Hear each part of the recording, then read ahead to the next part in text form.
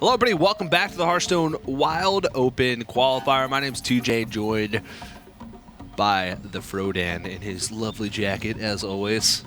What's up? Actually, because the jacket's really tight, it actually kind of restricted my movement, so my arms can actually go this high. So I had to lower my head. Hello, Hearthstone fans! I had to lower my head. Yeah. In order to do it. Okay, I see. Yeah. I got you. Don't worry. Flashback to high school there. We know some of you guys are tuning in after not watching, so let's go ahead and take a look at the format one more time before we jump into Asia Pacific. The players qualified for this event by placing in the top 64 on the Wild Ladder for the month of May of this year, and the top 2 players from each of the major regions qualifies for the live finals. Today we're playing through the top 4 of each of the regions, and of course at the end of the day we're going to have 8 players. We already have 6 that are going to go to that single elimination tournament competing for a $25,000 prize pool. That's right. If you guys are tuning in just now, you missed a pretty close series between Jinja Ninja and Control. Control is able to take the series 3-2, and he is our second Americas player to qualify. Yeah, and we actually have a quick recap of what happened earlier on in the day. And here's what happened in Europe. Alb, 987, and General started off in the winner's bracket. And General, he was schooling him, man. He had some of those Reno decks and was able to take pretty quick victories over Alb. Yeah, good draws, good decks, good play. General advanced to the finals in July now, over into the lower bracket. Bertik and Zero. It looked like Bertik was maybe able to flip it around, but it looks like Zero was able to withstand the pressure and able to challenge Alb for a chance to advance. Yeah, and of course in this one, Alb finished off the game with Pirate Warrior, which you actually left up, and Alb was able to move on to the finals to join General, the 2 upper bracket players who went on. And then, of course, in the Americas, which we just wrapped up, Control versus Mech Nuggets.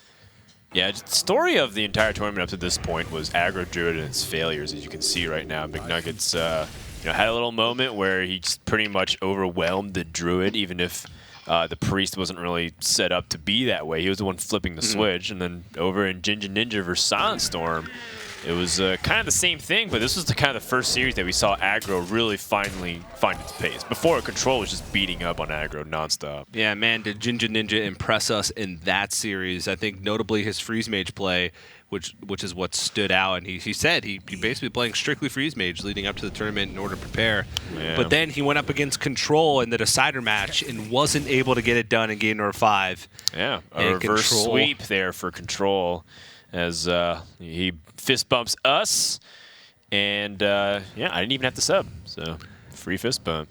We have 6 players joining us in July in 3 weeks. The last 2 remaining players from Asia Pacific will be determined starting now. We're gonna have the 4 players: Masinc, Noriggoon, 3104, and Pro Jewel Gamer. Well said. Well said. I'm reading it verbatim based off the. But of course, Dan, before we get into it, you know what it's time for, right? Time for what? It's time to lower the horn.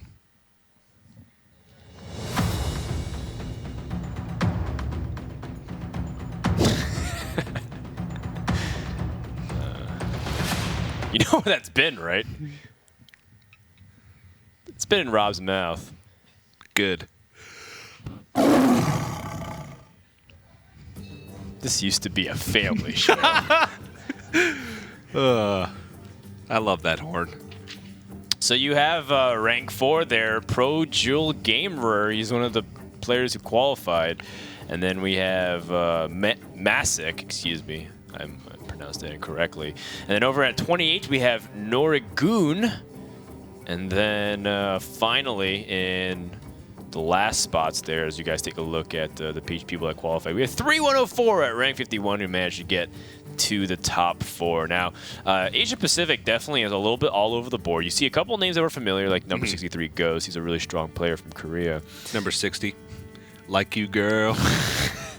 It's great, man. He just kind of cuts to the chase. Yeah. He just adds them over BattleNet. It's like, what's your BattleNet tag? It's like you, girl. Slips into the BattleNet messages. Sliding into the BNet messages. Yeah. Oh, man. All right, well, in the upper bracket, we're going to first have a series. Me and TJ will be casting Masinc versus Noriggoon. Taking a look at their lineups, it's Warlock, Paladin, Warrior, and Shaman. And hold the phone, DJ. We have a Rogue in the top 4. It's Rogue, Warlock, Mage, and Paladin, and that's played by Noriggoon. Yeah, and it's interesting to see that in Asia Pacific we have, across all of the top 4s from each of the 3 regions broadcast today, the only Hunter and the only Rogue. Hunter being played by 3104. So that'll be shown later on today, hopefully, unless it's banned away. Can't imagine why it would be. But we're going to get to see a little bit more diversity in the world of Wild. Yeah, we get to see pretty much all the classes then at that point. We haven't really seen any classes be left out there. And I think one of the interesting things, too, is APAC is really differentiating themselves again in what style of decks they'd like to play. It's interesting that you brought up Hunter because that's kind of a weak class, but we'll see that in a future series. I believe Admirable and Rob Wing will be bringing that to you next. So coming up with specifically this lineup here, the function of like a class like Rogue is specifically to punish any kind of control deck. And you can see that in Masinc because he has things like Paladin and Warlock, and if he has a control Shaman, Rogue is a very dangerous class. So he even chooses to ban it immediately, and that frees up Noriggoon to play his other decks. Indeed. Yeah, but we're going to be seeing still some diversity with Paladin and Mage on the side of Noriggoon, and for Masinc, it's Shaman and Warrior outside of that Warlock deck. So Asia Pacific as a whole, you sort of brush on a little bit, but just sort of emphasize it more. They really do bring weird stuff sometimes. They go outside the box, and I'm especially excited to see what they bring us with Wild. You saw the top 64. There was barely any recognizable names in there. Sheishi from AHQ was in there, who played in the Last Call in 2016. But outside of that, there wasn't too many of those names that you've come to know as household names in the standard meta. So it's cool to see, and we'll get right off to it. It's going to be Shaman from Masinc and the Reno Mage from Noriggoon. All right, Ooh, well, spicy. Well, we have Reno Mage. Definitely a deck has already shown its strength, but the Control Shaman's yet to really show how well it can fight against control decks. Cards like Polymorph are really problematic, or Kazakis. Kazakis is a card that can answer a big N'Zoth to Throttle board. What will really determine the course of this is how well Masinc can secure the board and pressure the Reno Mage, because Reno Mage can just kind of outvalue over time the Control Shaman, unless Control Shaman is able to get insane value off of things like the Reincarnate and Ancestral Spirit. Yeah, and Noriggoon, as you mentioned, the polymorph effects from Kazak is going to be huge if he can pick those up. Yeah. So actually, maybe not even huge. Essential. Yeah, essential. I mean, if I'm Noriggoon and I have Kazakis, I might even wait to see if I can get Brand Bronzebeard with it before I commit to anything else. Usually have some time in order to do that, to try and pick it up. Certainly. Now, over in Noriggoon's camp, I wonder if he has anything extra besides just simply Reno Mage with a lot of burn. Maybe it's also the N'Zoth package, but we'll see. Masinc, in the meantime, he's got a lot of removal stuff, but let's see what this Farsight can hit. If it hits a very big minion, then he can squeeze in some amazing tempo plays. Even a free Ancestral Spirit isn't exactly trivial, because if Barnes hits a minion that's very strong, that's worth using Ancestral Spirit on, he can just toss it on there. Yeah, it's not too bad. And the earlier you get those swing plays out, the less likely they are to be countered by Noriggoon, because he hasn't had time to do those crazy things. Second Farsight picked up, so pretty early on. Yeah. Let's see. Does Masinc want to actually Barnes right now? There's actually a decent amount of minions he can miss on. And when we say miss, we're talking about like things that don't have big impact. There's Thing from Below. There's N'Zoth. Oh, that's really unfortunate. And that's another argument potentially against using Barnes very early and on curve. Yeah. Unless you need to relieve pressure. And it's not like Masinc didn't have other plays. He had another Farsight. He also had double Maelstrom Portal if he wanted to clear the board. That's using, or if he's really good, the Wrath of Air Totem. Ooh. And the spell damage, and Maelstrom Portal. So that's a kind of an unfortunate situation, because Masinc has a handful of others that he could have hit. If he's playing Kael Thazad, if he's playing Sludge Belchers, White Eyes, even Sylvanas Cairn, We've seen Sneasel Shredders being tossed in there, sometimes with Ragnaros. And then of all things he pulls, the one minion that's supposed to tie it all together, N'Zoth. Oh, boy. You know what, Dan? That's just unlucky. That's pretty unlucky, but it's not going to define the game. Not at all. But one thing that is interesting is that Reno Mage is actually getting a decent amount of damage in. And also, Noriggoon has a couple of weird stuff like Echo of Medivh in his deck, which you don't always see in a Reno Mage. It does give you a ton of value, especially as the later the game goes, when things start to stick on the board, when the Shaman's going for a setup play where they don't remove everything right away. Then boom, you can reload your hand with some great stuff. You can also combo it on the same turn as, say, Kazakus. That's right, that's right. Get 2 Kazamikis. Yeah, 2 times Kazakus, 2 times the fun. And, especially that. Now, if I'm Noriggoon again, I have to kind of hesitate and immediately think, do I want to play this immediately? Because I think I might want to save it. Particularly because it's not even like the most amount of pressure on the board. You can just simply remove. What secret did you get? If you got a duplicate, I might even argue that you can toss out Kazakus as well. It's another powerful tool. Well, I would say that it's pretty safe to say it's not duplicate if he's planning on playing Doomsayer. Counterspell, interesting. These are some very unique choices in their decks. And, I like it for a big tournament field where people have expectations of what a specific deck should contain, and then they just don't have it. They might think this is Ice Block or Duplicate, and they play around it the entire time. Maybe they even spend removal killing this Doomsayer, thinking, oh, I'm just going to give him 2 Doomsayers. That's pretty bad. And then that's a suboptimal use of a Portal. Portal, though, is not too bad of a spell to just throw into a counterspell. Out of all the spells in the deck, I'd say that's probably one of the more useless ones. Not useless, but not as useful. And right. It's also a tempo gain, technically.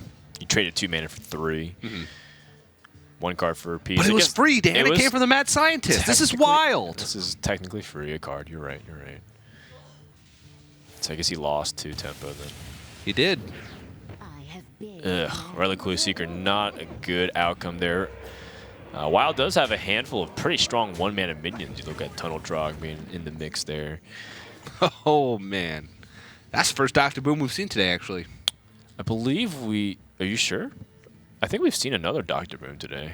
We've seen... Dan, that is the second Dr. Boom we've seen today. Are you sure? I'm pretty sure this is the first Dr. Boom we've seen today. Dan, that is either the first or the second Dr. Boom we've seen today. It's definitely at least the second. Dan, that is Dr. Boom. One of the statements is correct. I think we covered all our bases. Noriggoon has the coin, choosing not to go for it. I think he can take it even slower because he feels like if he coins Dr. Boom, he's giving too much value to the 3-1 Barnes. But again, it's only 4 damage on the board. Wow. I like it. Noriggoon really understands what he needs to do in this matchup and not just throw Kazakus out there because he can.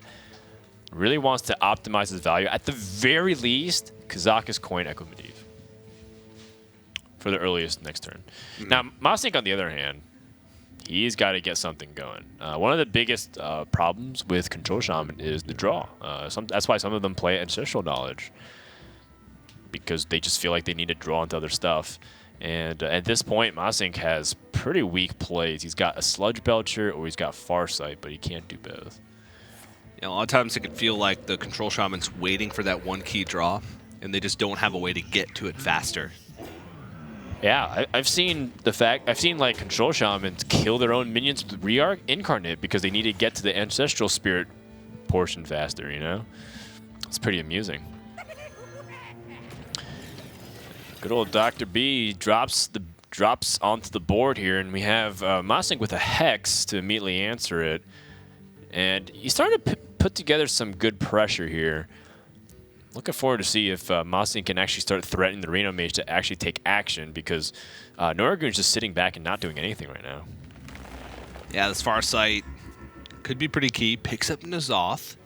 Okay, that's not bad. That might encourage him to actually toss in Ancestral Spirit onto a Sludge Belcher, because then he can get 3 Belchers with N'Zoth, which is already good enough, and you can play as soon as next turn. And that doesn't give Noriggoon really much time to react to it. Yeah. Because in order for him to have that big swing, he'd have to get the 10-mana Kazakus Potion. It's not ideal because, in the ideal world, you'd really like to get White Eyes back, so you can get more Storm Guardians. You can get Sylvanas back. If you play Sneasel Shredder, you can get that back as well. But I think pressuring your opponent's the better play most of the time here. Okay, no Ancestral Spirit, so Masinc wants to play a little greedy right back. And rightfully so. I mean, it's a Reno deck, so what's it worth to you if you just overextend and he just Renos and clears your board? All right, so 10 mana. No Polymorph effect. Shadow Oil, Goldthorn, King's Blood. None of these seem too appealing. Goldthorn can be great if it's comboed with the Res 3 minions, but you can't guarantee that you're going to get that going to the next. So these are, I'd say, pretty poor options from the Kazakus Potion. King's Blood seems to be the best individual one in a vacuum. And Heart of Fire. Fellbloom is also pretty interesting because it should clear most of the stuff from Shaman. Yeah. Only the Earth Elementals and Kael'thasad should survive that. I guess N'Zoth technically survives too. But so there's 9 cards in hand. So if he goes with Echo of Medivh, he goes up to 10. He'd overdraw next turn. He'd have to expend the coin. Maybe he just wants to get the Kazakus back. Yeah, you can just trade in the Boombot. You don't really need that as much. Plus, I forgot how much mana a Boombot costs.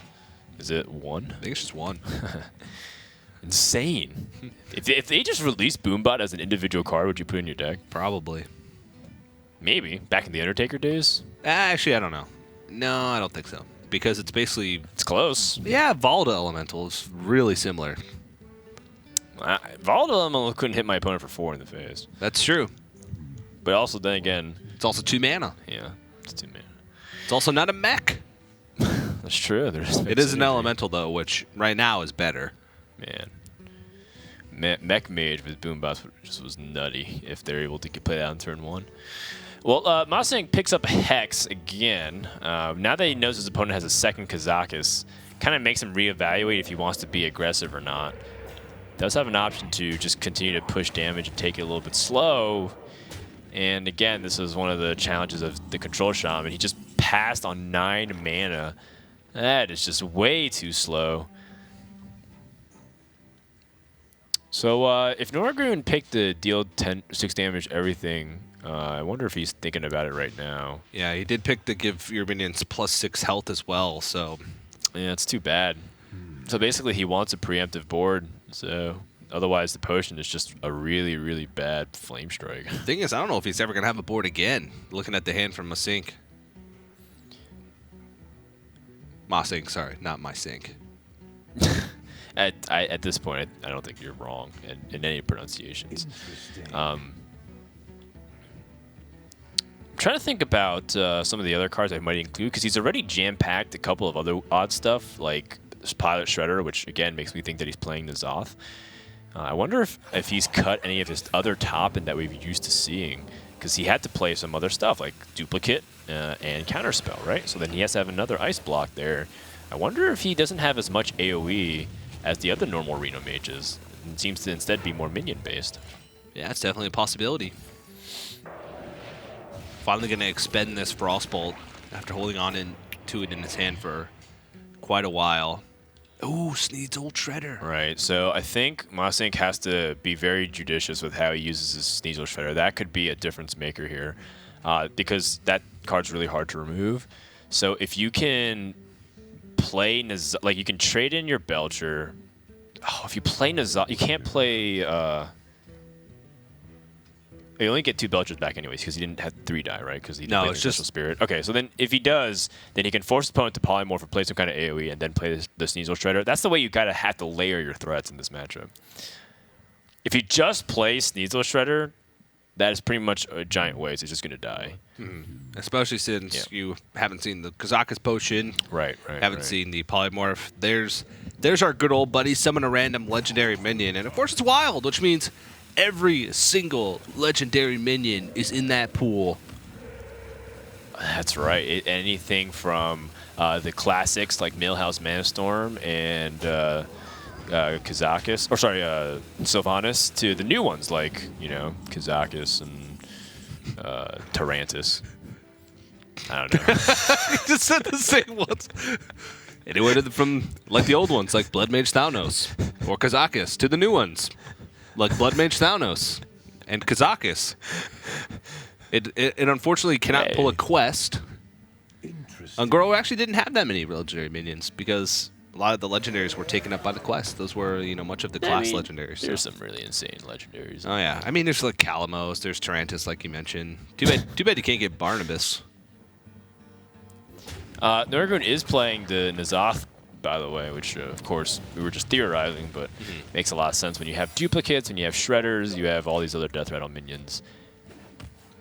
Very logical conclusion. It's very board-based. And it gives Reno Mage a way to win that's outside of just burning their opponents, which people, if they catch on to it pretty early on, can straight up just outvalue with, Priest can heal with Priest of the Feast and stuff. Shaman can use healing waves timely.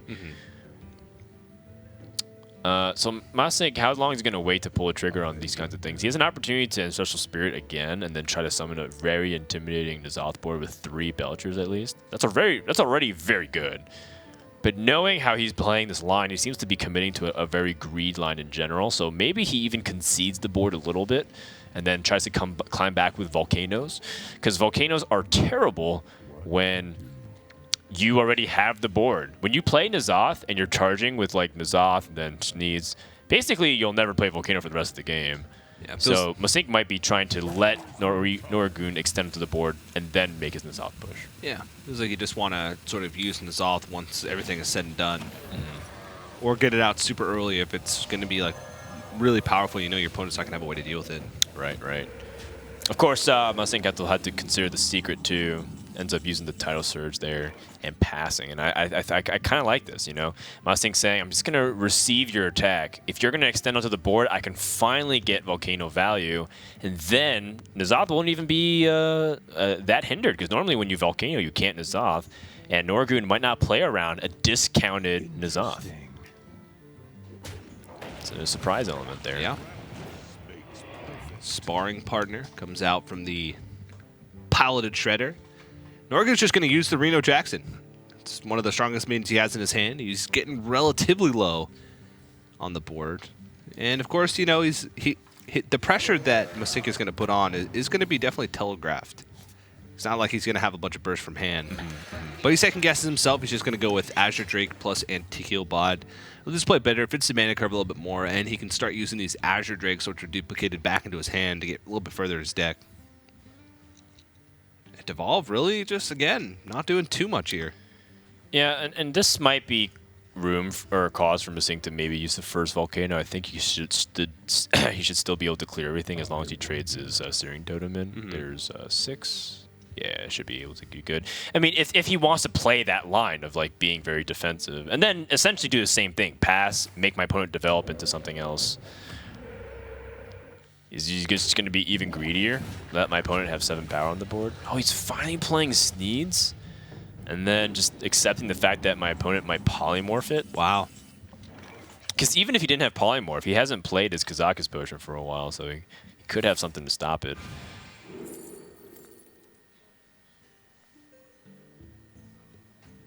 Huh.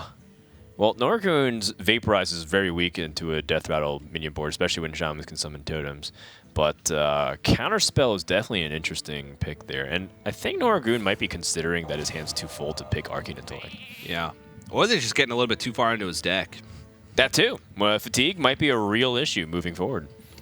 Yeah, he knows that Masinc's hand is, well, his deck in general, and his hand, since he hasn't really been playing much the past few turns, is very reactive. So there's a possibility that even once everything is said and done, that both players are out of stuff.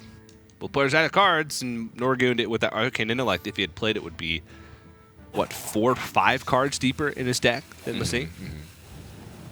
Well, losing Sneeds is definitely pretty painful. That is a huge card, and part of what makes Reno Mage struggle in certain matchups is just kind of really big, beefy minions that you can't always remove.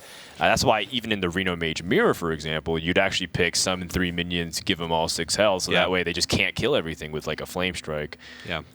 And so Sneeds is actually extremely crucial to that game plan. Now Masinc's going to have to punt and hope that he can pick up another big minion, and most likely he's going to be looking for White Eyes at this point. Now, what White Eyes ends up doing, too, coincidentally, is allows him to win the fatigue game if he's able to go that far, because you add so many Storm Guardians to your deck, you actually add another draw, and your opponent's that much deeper. Also allows him to still present threats if he manages to get out that, both Kazakai potions. One thing that's nice too is that Noriggoon played his counterspell, so Masinc's seen a polymorph and he's already seen the primordial glyph, so there's reduced amount of chances that he can deal with a big board. Counterspell stops the first volcano. I don't think Masinc's sweating over that too much because again, he was just thinking about an opportunity to get these volcanoes out of his hand once he takes control of the board, but still very inconvenient right now. Yeah, it looks like now just gonna pass. Lightning Storm doesn't seem like it's good enough to use in this situation. Yeah, he's got Healing Wave, so he can still receive a little bit of damage and then basically bounce up to full. And because he's also known that he has N'Zoth and Sneeds out of the way, he has a pretty much identified range of like, the longer I wait, the higher chance I should just win Healing Wave. Noriggoon, still no sign of like a brand Bronzebeard. He's been trying to find another opportunity to play this Kazakus. Now I think I'm wondering if Noriggoon just wants to start pushing for damage. Maybe play another Azure Drake, and then start like trying to punch face here with the other Azure Drake and just ignore the fact his opponent has a spell damage totem. Yeah. Because he's putting his opponent down to what, 15 or sorry, 16 if he just pings the face this turn. I mean that's kind of scary for the Shaman. You kind of might want a Healing Wave at that point, and then maybe that kind of limits Masinc's play moving forward. He's not even playing his Ice Block. Wow. That's interesting. Like, I thought maybe at least Drake, and at the very bottom line, play Ice Block this turn. He might as well have the free mana, but he's choosing not to. I mean, we can think about the ways of why he's holding it back, but he's already played Mad Scientist, so trying to hope for Mad Scientist to pull well, like a second Ice Block, but he wouldn't have two Ice Blocks either because he's playing Reno, or maybe he's worried about Kazan Mystic, but then no matter when you play it, Kazan Mystic's going to come down, so I don't know. And it only matters if they're doing game-ending damage. Yeah. Which you'll have plenty of time to know when the Shaman is presenting game-ending damage. A little unfortunate here for Masinc. He went for Lightning Storm and did not hit that Azure Drake. And he's going to use one Healing Wave. But again, we're expecting him to at least heal for a good amount. Woo, that was actually a lot closer than I thought. If he only healed for 7, that would have been a complete waste there. Yeah. Because the Drake basically earns it back. Ooh, Pyros. That's really interesting with N'Zoth, because then you get Pyros 2 and 6 mana back, so you just get more 10 mana Pyros. Yeah, you just run out of space in your hand because you just have too many cards and all of these Pyroses that you can't do anything with. That is cute. I just want to wrap that Pyros up and put a button on it. All right, well, Noriggoon finally plays the Ice Block. I think he was just kind of being a little cheeky there with his mana before realizing this is a slow game. Masinc's still waiting for a big minion to eventually drop on. Thing from Below, an excellent card that you can play in Control Shaman to usually Volcano. Thing from Below, then add some really cheap revival on it, whether Ancestral Spirit or something similar. But in this case, it's just nothing more than a 5/5, and more importantly, his opponent's Azure Drake is presenting quite the nuisance here. Yeah, he still has not really any way to clear it outside of Volcano or just devolving it down to a 4-drop. Yeah, and devolve is pretty important against like even some of the big N'Zoth moments too. It obviously doesn't do much against that because N'Zoth goes to a 9-mana minion and there's like all these other big minions come out into like 5 mana, 4 mana stuff. But still, devolve is one of the crucial cards of the matchup when you're very dependent on Death Rattle. So if using it on this seems a little wasteful. Does sort of, eliminate the Pyros. He just gets another Death Rattle instead. And he healed the Azure Drake. He did. It's up to a 4/3 now. It was a 4/1. Yeah, and essentially just kind of did the same thing he was going to do anyways, which is play Thing from Below. Most 4-mana minions are an average stat of 4 attack and 4 health. A little bit under that, but it's like 3.8 or something. But you can generally expect 4 damage. So the Thing from Below was going to die in the first place anyways. Yeah, I mean, it did, like you said, get rid of that Pyros, which could have been a nuisance. Like you said, you want to wrap it up in a tortilla and eat it like a burrito. Is that what you said? Hey, my spirit animal is a burrito. Mine's a Ravasaur run.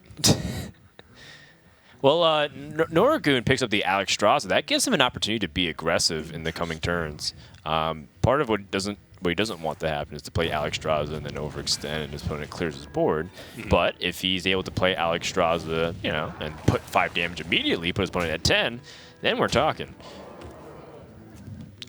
Masinc needs just a threat here that he can use this Ancestral Spirit with. It's just getting nothing. Right, and this is kind of I guess Masinc did end up getting a Flame Strike out of the ordeal, but that was part of the thing we were talking about, TJ, where Masinc just basically used Evolve to do nothing onto the board and then play a thing from below anyways and just got that killed, versus letting his opponent extend a little forward.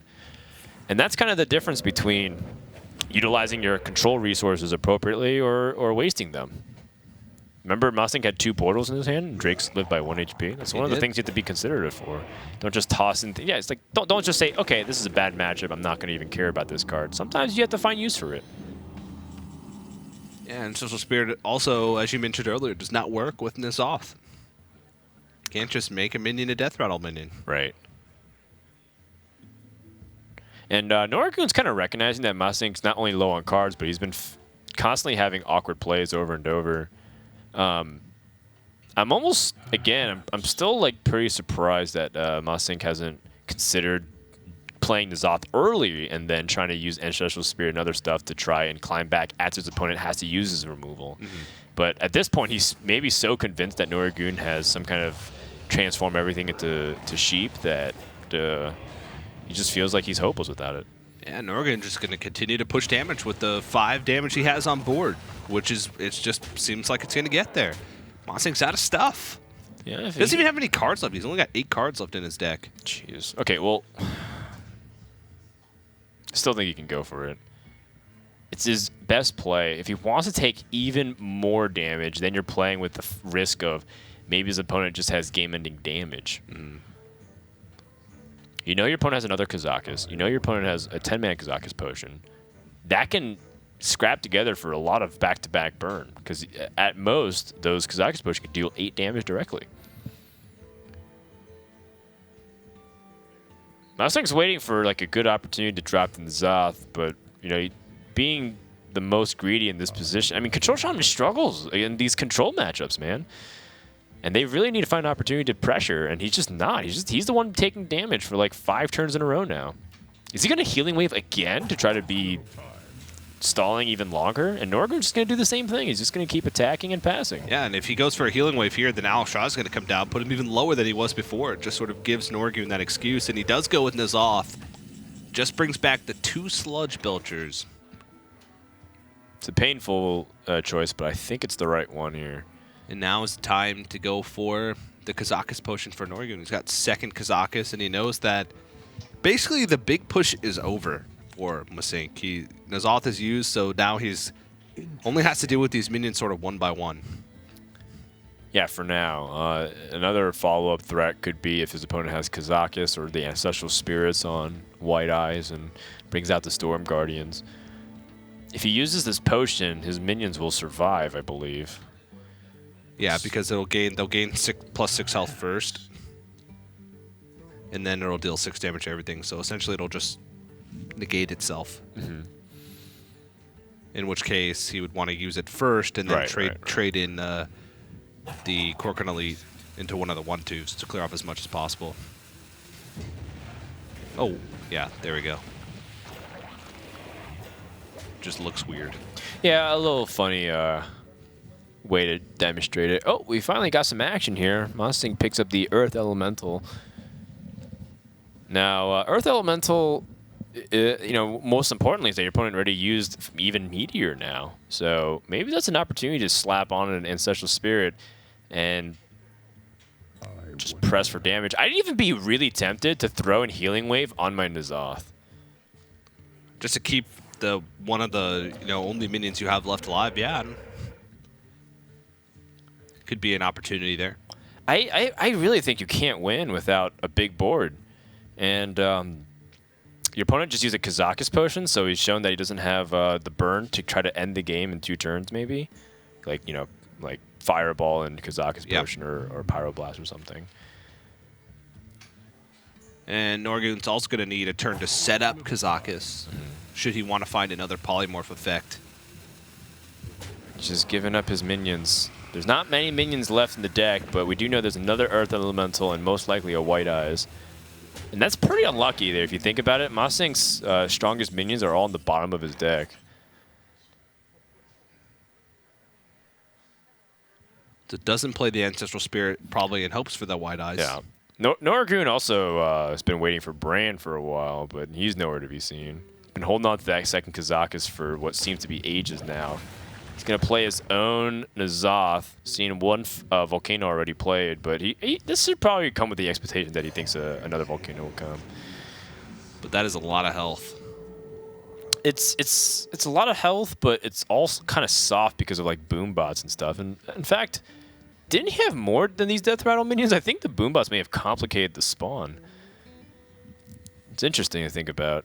I don't think so. Did he? What other Death Rattle minions were there? There was, I think that's all of them. Okay, all right. Pyros was devolved. Right. Yeah, you could be right. Masinc finally picks up the White Eyes. So there's that.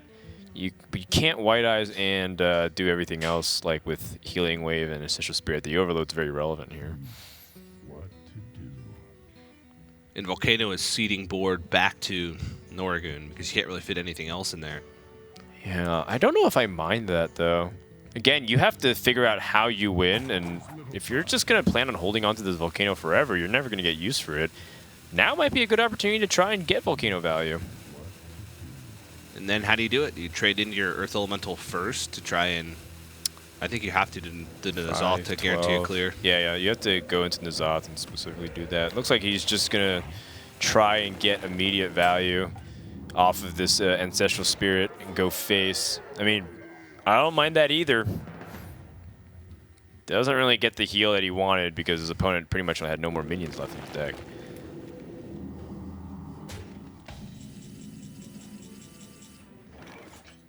Well, he's going to have to get through this twice, but Boombots can definitely help with that.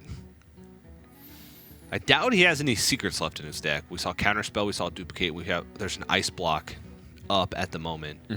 So Mad Scientist shouldn't pull anything. I don't think. Yeah, probably not. It might be an Ice Bear or something if he's really greedy, but that already means 4 out of the 30 Reno cards are just dedicated to secrets, which is too much. Yeah. So these Storm Guardians are going to have to do a lot of work from the White Eyes. Yeah, I mean, Masinc's plan might be strictly to just try to win through fatigue. Yeah.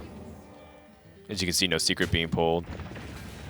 And that's going to be hard because Noriggoon has Alex and Reno, which not only heal but present threats.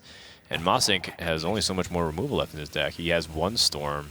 He's got, I believe, another Earth Elemental.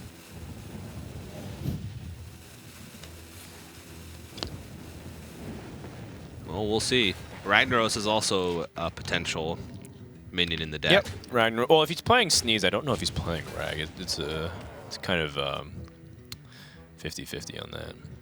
Another Earth Elemental, so this is, again, another good opportunity for Volcano. In fact, I think the health lines up really well if he trades the Searing Totem into the Possessed Villager. So that's a full clear, and you get to develop a minion behind it. And I actually would like to see him play the White Eyes because he really needs to be able to get... He won't be able to push 2 turns anyways with the Earth Elemental, and White Eyes kind of shuffles the Storm Guardian, which you need to layer your threats. Every turn you need to be playing a threat from this point forward. Yeah. And again, reduces the chance that there's a polymorph effect on the other side because Kazakus would have to be played. True that, true that. And then if he plays a 5-mana Kazakus potion to try and get the isolation of the polymorph, the 5-mana polymorph instead of the 10, then he's playing sort of inefficiently, I suppose. True. If you do play the Earth Elemental at the Volcano, you do have 5 overloads, so that lets you play White Eyes anyways. That may be his rationale, and then you maybe get 7-8 onto the board and just push for more stat damage, because, I mean, 7-8's bigger than 5-5 in the end.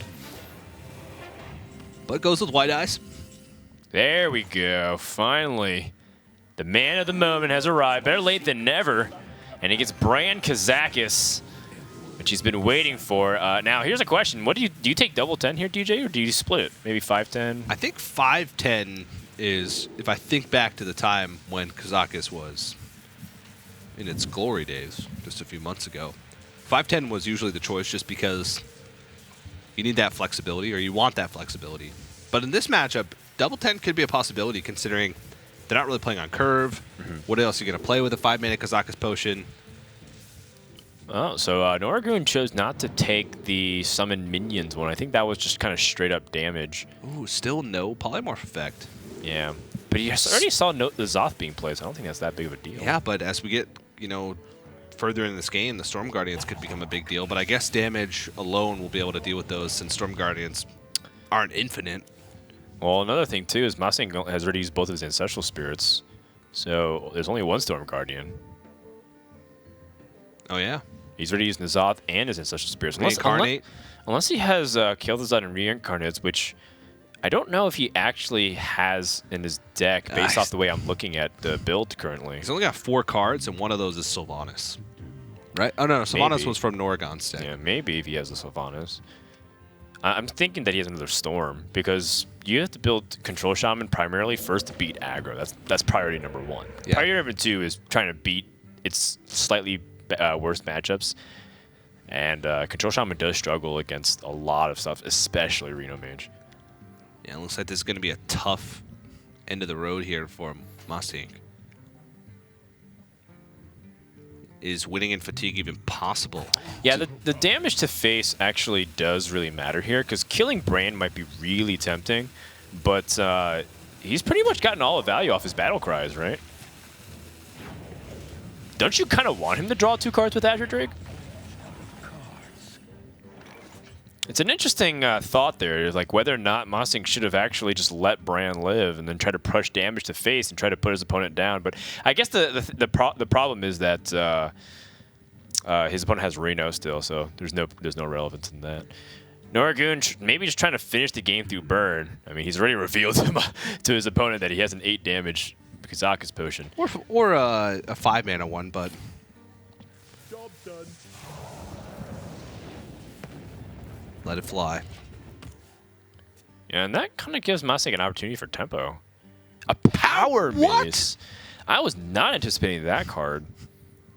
The Rallying Blade of Wild. Is there even a mech in his deck? Steed's Old Shredder. You're right. And the second Sneasel Shredder. That comes off the first one. Power Mace is almost guaranteed to hit a mech. It's just unlucky that there's no mech. If only totems were mechs too, TJ. But in all seriousness, I mean, Masinc's kind of got a way to build a board here. He knows that there's bigger threats like Alex and Reno, but you gotta do what you gotta do, man. And gotta push. Can't really save this this Earth Elemental for too long, I think. He does. I wonder if he thinks that he's favored from this position because his opponent is decked out. But he's at 9 health.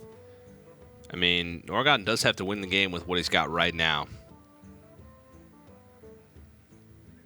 That Kazakus Potion, I believe, is summon 3 minions that have died this game, and the second is... Does it give it 6 health? Oh, no, it's another deal 8 damage. damage. Another deal 8 damage. Wow. Yeah, I think he's going to consecutive burn here. Masinc's still got 3 cards left, so there's still 3 turns before fatigue is going to kick in. So he thinks he's... Yo, if Masinc played his weapon, would he have actually been able to win this turn? Because he would have been able to set his opponent down to 1, maybe? Would he have been able to? I mean, now he's just dead. Dude, if Earth Elemental attacked face and he just put him down to 1 with the Power Mace, he would have won. Because the fatigue damage kills him. Well, he probably would have played Reno that turn. I'm saying he couldn't actually do this play. Yeah. But he's just dead. A ping was just going to finish him off. Fatigue doesn't even matter. Oh, boy. And wow, that felt like it was a long time coming, but Noriggoon takes the win with the N'Zoth Reno Mage, and just seemed like Masinc can never really get something going. Yeah, really slow setup there for Masinc, and you got to point to a couple factors. The first, that most of his threats were in the bottom half of his deck, which that unfortunately that's going to be what happens and loses you most games. But he had a lot of opportunities to try to be aggressive or try to utilize his hand in a more efficient manner. And on the flip side, I think Noriggoon really understood the matchup from the beginning. He said, Yeah. all right, Control Shaman tends to struggle if I just get a lot of Kazakus potions. So he was able to conserve his resources. And then he said, well, he already played his Portal, and I want him to use Volcano and maybe even Hex. So I'm just going to keep pressing with my one single Azure Drake. He really understood the weaknesses of the deck at certain points and really pressed in. So I think Noriggoon played that excellently. I think Masinc probably has to go back to the drawing board. Yeah, he may have had some practice along his way playing through the bracket. And let's go ahead and take a look actually at the roads for both of these players, Masinc and Noriggoon. Masinc actually got a round 1 bye, but his scores so far have actually been pretty impressive. He's got a couple 3-0s under his belt, a 3-1. Actually defeated 3-1-0-4, who we're going to be seeing a little bit later on in the lower bracket. Noriggoon has just been straight wins all the way down the board. No buys for that guy. Yeah, and he has a win, of course, over Projul Gamer, who... Projul Gamer. I think we're pronouncing it wrong. Maybe it's Projulgamer. But it is spelled correctly, too. Maybe it's Paraj Yule Gamer. Maybe. Maybe. No one will ever know, but we'll go ahead and preview the next matchup for you guys. And let's take a look at the decks that they have remaining. Noriggoon's got Paladin and Warlock for himself, and Masinc still has the Shaman, the Warlock, and the Warrior for I'm liking decks. Noriggoon's chances so far. He's demonstrated that he's willing to take risks by bringing Rogue and kind of like calling out the field, saying, I think a lot of you have got control decks, and I'm just going to bring Rogue. And at least in this case, he's pretty much right. And his opponent forced him to ban, which is pretty much the best thing you can do from a deck. And then Noriggoon is free to play some of these other really powerful classes like Reno Mage, Reno Warlock, and if it's a mid-range Paladin, I think this guy's cooking. He is. Paladin, of course, probably one of the most powerful classes, in a vacuum in Wild at the moment. It's sort of a sleeper deck as well. People look at Pirate Warrior as one of the top-tier decks, but Paladin's pretty good. Yeah, according to the data, Paladin actually has the highest win rate individually in Wild. Whether that's because people have unrefined or because it actually is the best deck is yet to be seen. Let's go into game number 2. We have Shaman versus the Warlock. This is another matchup where I think Control Shaman tends to struggle in, primarily because Reno Warlock is just so good at not only presenting threats, but also clearing stuff. And he's got some of the big boys right off the bat in the opening hand with Twilight Drake and Mountain Giants. Those are the Bash brothers. Those are the guys you want early on. And we actually saw in the Mulligans, Masinc did have a Ragnaros the Fire Lord in his deck. So, again, another big threat that was in the bottom 2. Yeah, it's tricky for Control Shaman, too, if they don't have Devolve or Hex immediately, because they can just lose straight up. Their single target removal is really limited to just that. And to make matters worse, Masinc has a lot of the weak AoE, which is exactly the opposite of what he wants in this scenario when this Twilight Drake and Mountain Giant combination comes. So Masinc, most likely Farsight. He can coin out of Barnes, but he doesn't have a very good way to support that. He does have the double Ancestral Spirit, which is interesting. Ooh. Yeah, I think he might even be thinking about coining out the White Eyes next turn, depending on what his opponent does right now. And Noriggoon with the Twilight Drake. I wonder if Masinc's just going to devolve that straight up. I'm super tempted to. Significantly reduces the power because Twilight Drake, especially a full hand Twilight Drake, is the most powerful 4-drop in the game.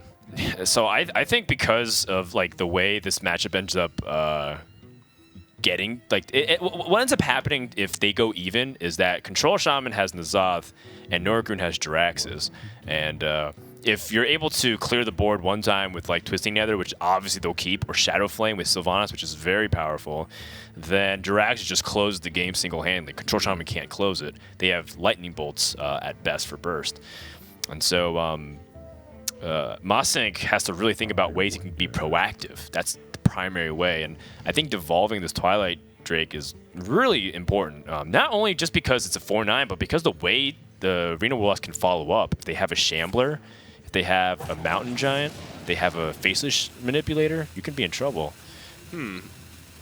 unlicensed apothecary. Is that what that's called?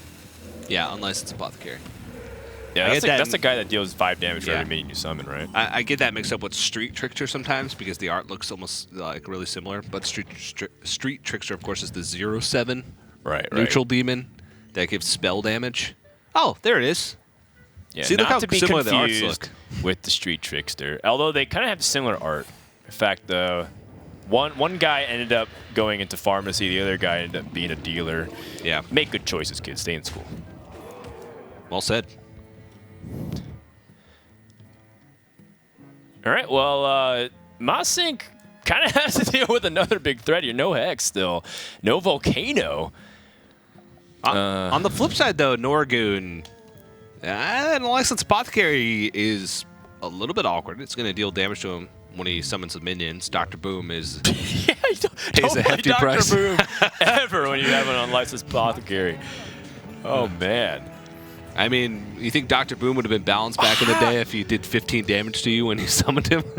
How does this happen? He just Twice in a row. Another Nizar. Twice in a row. Imagine how powerful Ragnaros the Fire Lord would have been there. Man, he is so sad. He is so sad. And now Noriggoon's going to Mortal Coil this. Mortal Coil Shadow Bolt seems good to me. Yep. Push 13 damage. Gonna set up lethal. You're right.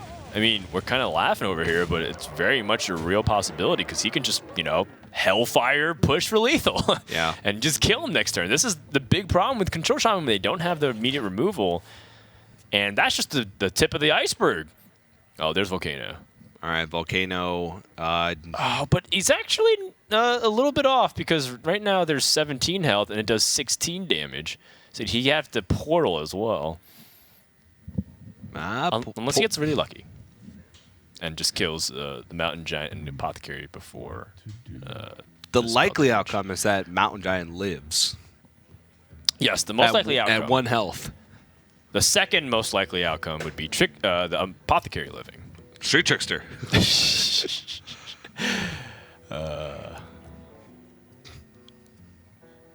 wonder. Yeah, Portal would... I don't think there's any 1-drop that could put enough health in the mix that would ruin the math again. Well, Shield there. Take 4 health off, put 4 health on. You'd probably just Volcano first and then... True. Ooh, he's going for it. He's going for the risky plays. The risky plays, he's going to go ahead and attach that Ancestral Spirit on, saying, if you can have 4 damage... Actually, if you have any way to get past this, I lose. It doesn't look like he can, though, immediately. No silence effect. He can, however, deal 15 damage to him. Wait. Whoa. Whoa. Let's think about this for a second. Think about this for a second, Noriggoon. Hold the phone. Let's wait for a second, man. That was a monk ass if I've ever seen one. Man. Oh man. Straight off this Apothecary first, dude. Whoa, wow. My heart rate just went through the roof just now. Yeah, there we go. Found it. He sees the lines, TJ. He just wanted to delay it a little bit to make it seem like he was... To make the audience know that he's willing to take 15 damage. Oh, he's asserting himself. Yeah. Asserting dominance. That's right. But that's 2 Storm Guardians in the deck. Now, Noriggoon does have ways to get through that with Siphon Soul. But I think Masinc's got a bigger problem here, and that's that he's at 4 health. Yeah. Okay, so he picks up the Belcher so he can attach another thing to it, but now he's kind of even presented with the same exact problem, which is the Volcano doesn't clear everything. There's 20 health, so even if everything got cleared, he still wouldn't guarantee clearing with the portal. You can't even storm. Use this coin. So does he have to devolve? But Mountain Giant, does it even devolve to anything? No. It's 12 mana, right? Yeah, it just devolves right back into a Mountain Giant. Well, you have a high chance of having a lot of health removed on the board with the Death Lord. That's true. But you also have a chance to put more power on the board. Yeah. But, you know, you most likely, if you're going to devolve, you're going to clear it off with Maelstrom Portal Lightning Storm. So, He's going to looks like Sludge Belcher. Yeah. Oh, man. The Belcher is all that stands in his way between Noriggoon and a 2-0 lead. And is there a way for him to kill? I don't think so. If he had 8 mana, he could attack in Shadow Flame, Hellfire, and I think that would clear up everything. That's tricky. I like that. And then he'd be able to push the 2 damage through. But he used a Blast Crystal Potion last turn. Yeah. So he only has 7 mana available. I kind of like loading up the board tension a little bit, to borrow a term from Admirable, and dropping the Dr. Boom here, just because then the Boom bots kind of threaten to like work against the Volcano Clear or Lightning Storm or anything equivalent to it, because then your opponent can always just be at the risk of dying. Yeah, if any point of damage goes to the face, if Masinc doesn't pick up any healing, Hellfire becomes lethal. And also at any point right now, if Noriggoon picks up Dark Bomb. Yeah, you're right. Then he's got lethal damage, so... Okay. Emperor Thorsan sort of serves a similar purpose. You know, it's sort of a mushroom move threat. It is developing that. Yeah. That wait for it board tension. Hex finally picked up, so that's going to be a way for Masinc to guarantee some removal. Yeah, and you know, Devolve Hex is pretty powerful in this position. He can also Farsight right now, but most likely ends up using something else instead. But he's still very far from being able to corner the Reno Warlock in health. He's still very far behind and not a lot of burst. How much damage can you generate from Lightning Storm and the Maelstrom Portal? That's 6 damage total at best. At best. 4 at worst. It's pretty bad odds.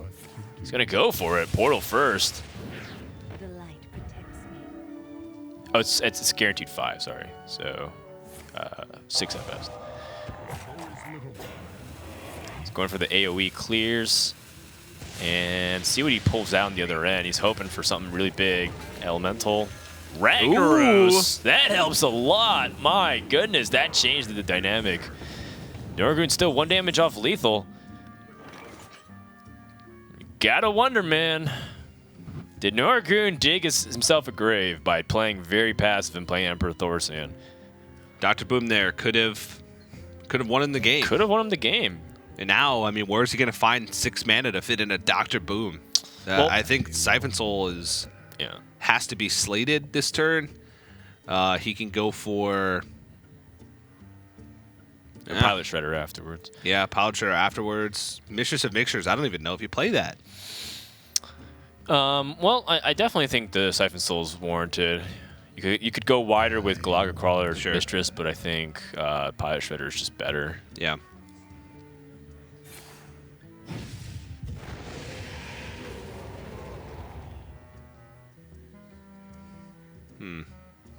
One thing that's also kind of been like going against Noriggoon is he hasn't been life tapping. He hasn't been able to really go for a lot of card draw, so that way he can get closer to his game-ending damage. Huh. And Masinc might be able to stabilize here again. So he went with the brand here. I don't even know. I think maybe to hold on to Shadow Flame? Yeah, maybe to have a more powerful Shadow Flame target? No, what he's trying to do is set up a very hidden lethal, because he says you only can remove one of these threats. So now play a minion, Shadow Flame it, and then Hellfire, and then push for damage. Oh, true. Yeah. He's trying to hide a lethal behind like ways that you're not going to play around. Yeah, putting something on the board that lives through Hellfire so that way he can attack through face. That makes sense. That's assuming that he can get away with that, though. And his Farsight could be big. Oh. Yeah, he's going to be playing that this turn for sure, especially because it's free. And now that plan from Noriggoon, he's going to have to switch gears. Yeah, at this point, I think you just have to play as if your opponent's AoE doesn't exist, Abyssal Enforcer doesn't exist, Hellfire doesn't exist. Just go for a big board and hope that your opponent doesn't have it, because you're just in a terrible spot. Out of cards, last push. Not even the 14 heal. Yowza. But at least in his mind, he's safe from direct burn damage for lethal. Noriggoon has a very easy clear at this point. Wow, that Dark Bomb had turned too late. Yep. But Noriggoon has an insane swing here. He can Hellfire and Dr. Boom, I believe. In fact, I wonder if he's tempted to do both. Nah, there's no way. If he does that, then he can't play Dr. Boom on the backside. Wait, what? If he, were you saying Dark Bomb and Hellfire? No, Dr. Boom and then Hellfire to try to lethal Oh, him. okay, okay. Because you would get the boom bots immediately hitting, but you know that weakens your boom. Dr. Boom and Dark Bomb often confused with each other because of how similar the art looks. Yeah, they're both smiling in their art. And they're both Dr. B's. They both explode stuff. Yeah.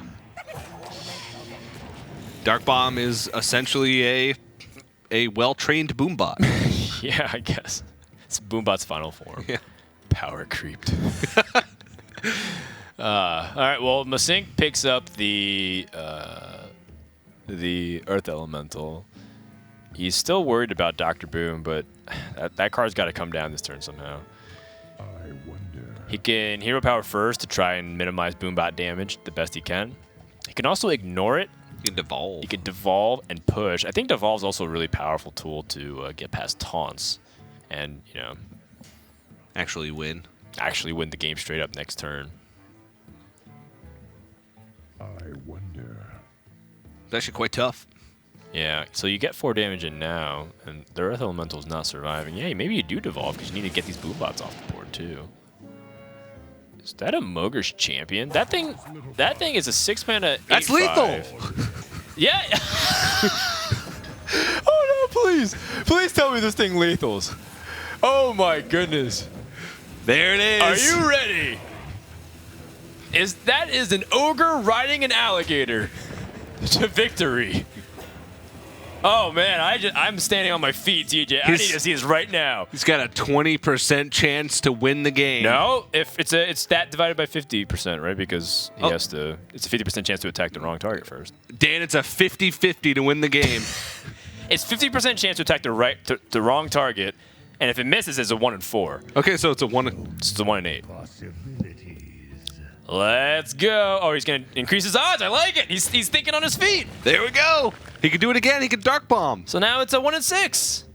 I'll take those odds any day. Oh, please go face. Do it. Well played. Oh no! Oh man! It's He moments. just plays Jirags. He's so far ahead. It's moments like that where I wish I had Ben Brown on speed dial. Ben, pull the lever! You can't say that anymore, dude. Oh yeah, I know the lever exists now. Masinc is in deep trouble, man. He picked up Lightning Bolt, which helps his burst, but he is gonna be struggling for the next 2 turns here. If he's able to get this damage in and you compare another Lightning Bolt together, then he's got 8 damage total, 11. Nah, he's still gonna be off. Not gonna get there. He has a Power Mace though, so if he draws Power Mace and then gets a second Lightning Bolt, that would be lethal. If he gets a spell, if he gets all that in that order. But Noriggoon has ways to gain life, so that's not gonna be it. There's. Wait, can he Hero Power? Shadow Flame the Hero Power? Dark Bomb the 1/2 and then push face with the weapon and the. You're right. Is that lethal? I'm pretty sure that fits within the mana too. Hero Power is 2. Shadow Flame is 4. Shadow Flame's 3. Oh, is it 3? Yeah, so Yeah. it's even cheaper. And then Yeah. Dark Bomb is 2, and then I believe that was lethal. yeah, that is lethal. Ah, that's a much less exciting lethal. Yeah, and I think he kind of might have realized that just now. Yeah. He also could have Kazakhist for the lethal too, I think. Yeah. But he's so far ahead in his mind that I think he's okay with it. But now I kind of want Masinc to clear the board with like Volcano and then somehow kill him with like this crazy scenario Yeah. of draws. He's playing Missions of Mixtures because he knows that he's kind of threatened to die, but he also needs to present lethal himself. Oh, that Pilot Shredder placement. Damn. He's so lonely there on the far right. left. Well, hey, Maelstrom Portal and Volcano is quite the interesting combination. How much health will be after? So if you trade one in, so then there's still 5, Well, 7, I think you can move 9, everything 12. but whatever comes out from the Pilot Shredder. What to do? Right.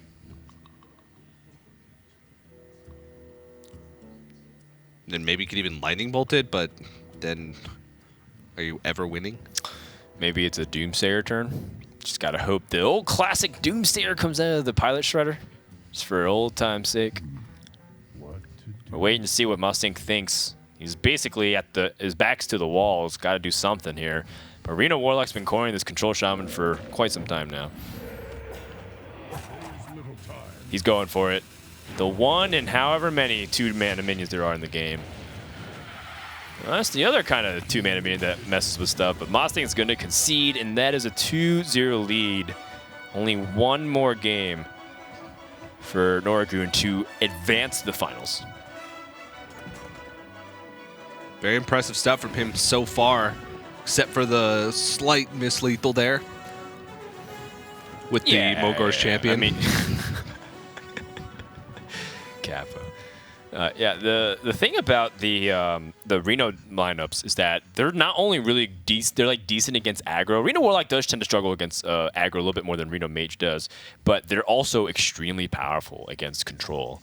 Yeah, and you know that's the reason why those decks are so versatile. A lot of people feel like they're some of the best decks in the game. Yeah. You know, a lot of top players still think that Reno Warlock in Wild is very, very powerful and possibly the best. And then there's other people that says no, Mage is the best. And then there's other people who say no, like Pirate Warrior and Paladin is the best. So it's interesting to see different schools of thought kind of collide at this point. Yeah. The big thing though is Masinc is down 0-2 now, and he still has to find a win with his other decks against Paladin, which is really tough because Paladin has some of the strongest curve in Wild possible. Yeah, it really does. But before we jump into that final, what could be the final game, let's take a closer look at the differences in Control Shaman between Wild and Standard. Once again, of course, this is a very similar list, maybe even card for card. We didn't take it from him. Ancestral Knowledge I don't think is in there, but it's a very similar list to what we're seeing Masinc run with the Control Shaman. Right. And in Standard right now, Control Shaman is reasonably popular, in tournament play at least. And you can see a list there. Big difference is the Jade package, I feel. Yeah, Jade package, you know, Hollow Zeal's kind of in there because you don't have Healing Wave anymore, but you don't actually see this specific list that often these days, primarily because Shaman is much better used as an evolved token style on ladder. Yeah. So the times you see Shaman, be very mindful of the fact that they might play Primal Fin Totem and cards like that. Yeah, and we'll see if he's going to queue up the Shaman for the third time in a row now. Can switch, but I mean, if you've queued up it twice now, you might as well queue it up for a third time. I guess so. He's 0-2 currently in the series as Noriggoon has been able to win it, beat it with the Reno decks, but is Paladin going to have the same success? TJ, it's time for Masinc to either Masinc or Maswim.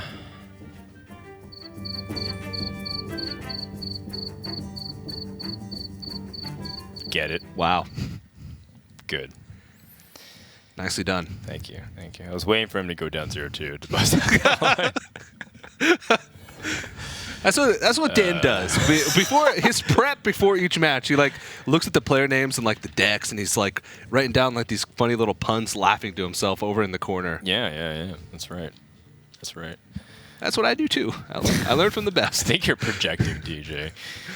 Well, Masinc's going to go into Game 3 against Paladin. Now, Paladin does tend to struggle against Shaman these days because of the introduction of Volcano and Evolve. Very powerful combinations against them. Noriggoon's even got the anti-aggressive Paladin, which is playing Zombie Chows. And I wonder if he's replaced some of his top end. Some of the cards that Shaman has a really tough time dealing with are cards like Vine Cleaver. Yeah. And because Vine Cleaver is a triple threat. It can deal damage to face to push for damage. It can also develop the board and also can remove stuff. Yeah. So sometimes we see people cut that for like Zombie Chow if they really feel like they're facing too many aggro decks. Yeah. One of the strengths of this deck is that board clears don't really phase it that much because it has so many reloads. Yes. Dude, it's got Stand Against Darkness. It's got the Muster for Battle. It's got Bind Cleaver. It's got just the hero power in general. Lost in the Jungle, potentially. It's got so many ways just to generate a medium-sized board full of idiots. Yeah. And those idiots, when they're buffed up and angry, when that guy comes out and gives them 2 arms, it's game over. The thing about the mid-range Paladin is that hero power pass is a legitimate threat, and you have to kind of answer that very seriously, even if there's 2 tokens. he finally hit something. Yeah, but it's at a time where the consequence is not very high. I can hit a Divine Shield for crying out loud. I think that's probably the best place. I'd argue that just killing any minion would be slightly better. Sure, yeah, I guess you're Because right. you're not really trying to do that. And I apologize, I got a little bit ahead of myself there, Dan. yeah, it is true, though. The Masinc finally gets a relevant minion off Barnes, but yeah, I don't mind. You know, well, it's a 4-mana 3/4 or 4-mana 4/5 that says deal 8 damage to your opponent. It's like, I don't mind that. Okay, so Masinc has the Belcher, but he's got to be thinking about if he can wait for the Belcher to attach Ancestral Spirit on. The problem is that that's 2 turns from now, and Paladin in 2 turns can start doing some really powerful stuff. Oh, yeah. Especially when they start picking up cards like Steward of Darkshire, because then cards like Portal and Volcano get a lot worse against it. An additional health on every single minion. Yeah. Especially Steward of Darkshire, Muster for Battle, Lightview, Stegodon. Yep. Stand Against Darkness, Quartermaster, and then any kind of combination and permutation with it. The synergy is absurd. How about a Spikeridge Steed? Ooh, Spikeridge Steed with Divine Shield on it. That's going to force the Devolve out very early, and that might make your Silverhand recruits that much better. However, maybe Noriggoon wants to position himself so that way if his opponent devolves, he's just going to win anyways. A lot of times what you can do with Paladin is threaten your opponent, force him to devolve, and then just play the tear him afterwards. And then it's like, well, I just made everything strong again and just push you for 15 damage. Yeah. Doesn't matter, you devolved everything. I mean, he could keep the status quo and just hero power here if Yeah. he wants to and just keep pushing. I mean, Exactly. It's a threat. It's a very big threat. Eventually, he's going to force Masinc to clear the board, to use one of those AoE spells, and then he just load the board up a little bit more again.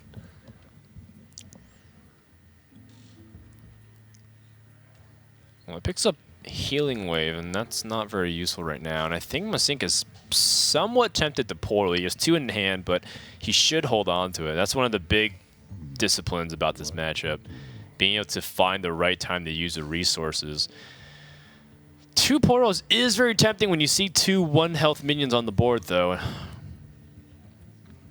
But it just doesn't feel very good. You know that there's Muster for Battles. You know there's Stand Against Darkness.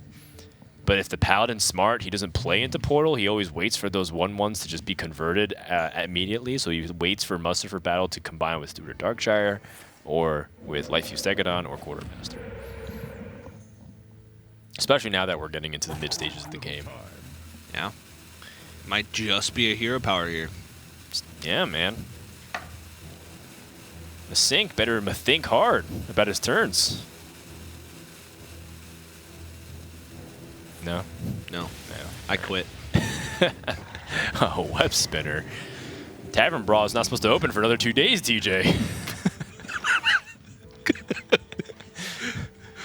All right, that was a good one.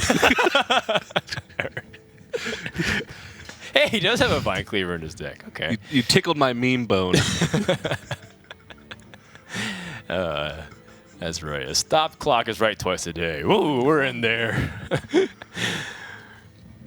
So Noriggoon can now actually start continuing to pile the threats with Vine Cleaver because he has a Quartermaster in hand. And that ends up making Masinc really tempted to use his other portal, which, again, Noriggoon can just immediately play Stand Against Darkness and reload. And that would be double portal being used. Now, Masinc does have Lightning Storms that he can use, and as well as Volcano. But this is what you need to be doing as Paladin. Just keep putting on that slight pressure because this doesn't seem that threatening. Doesn't seem that threatening. All of a sudden, bam! Quartermaster just presses for lethal, and then you're too far behind. Mm-hmm. Not to mention, also by the way, that Vine Cleaver is 12 damage. It is. That's not a trivial amount either. No, it is. We were actually talking about it earlier. You were drafting an arena deck over backstage, and I said Vine Cleaver is my favorite card. It's one of my favorite cards. I wouldn't want to say favorite card. I don't want to discriminate that highly against my other favorite cards. You said it was your favorite card in Arena. It's my favorite card in Arena. I will say that. Actually, it's my favorite card in Arena, in specifically Paladin. I'll say that. I don't want to commit. I'm glad, TJ, when you're like, oh, you're my favorite caster at the Wild Open that's Asian of descent. I was like, thanks, TJ. That wears glasses. I don't even wear glasses anymore. Masinc just he's gonna hero power pass, but that favors the Paladin dramatically. You know why, TJ? Because 1-1s beat 0-2s. This is something that Admirable told me very long ago, and ever since then it's stuck with me. That was why inherently Paladin was so favored against Shaman for so long, prior to Maelstrom Portal and Devolve hitting the Shaman ranks.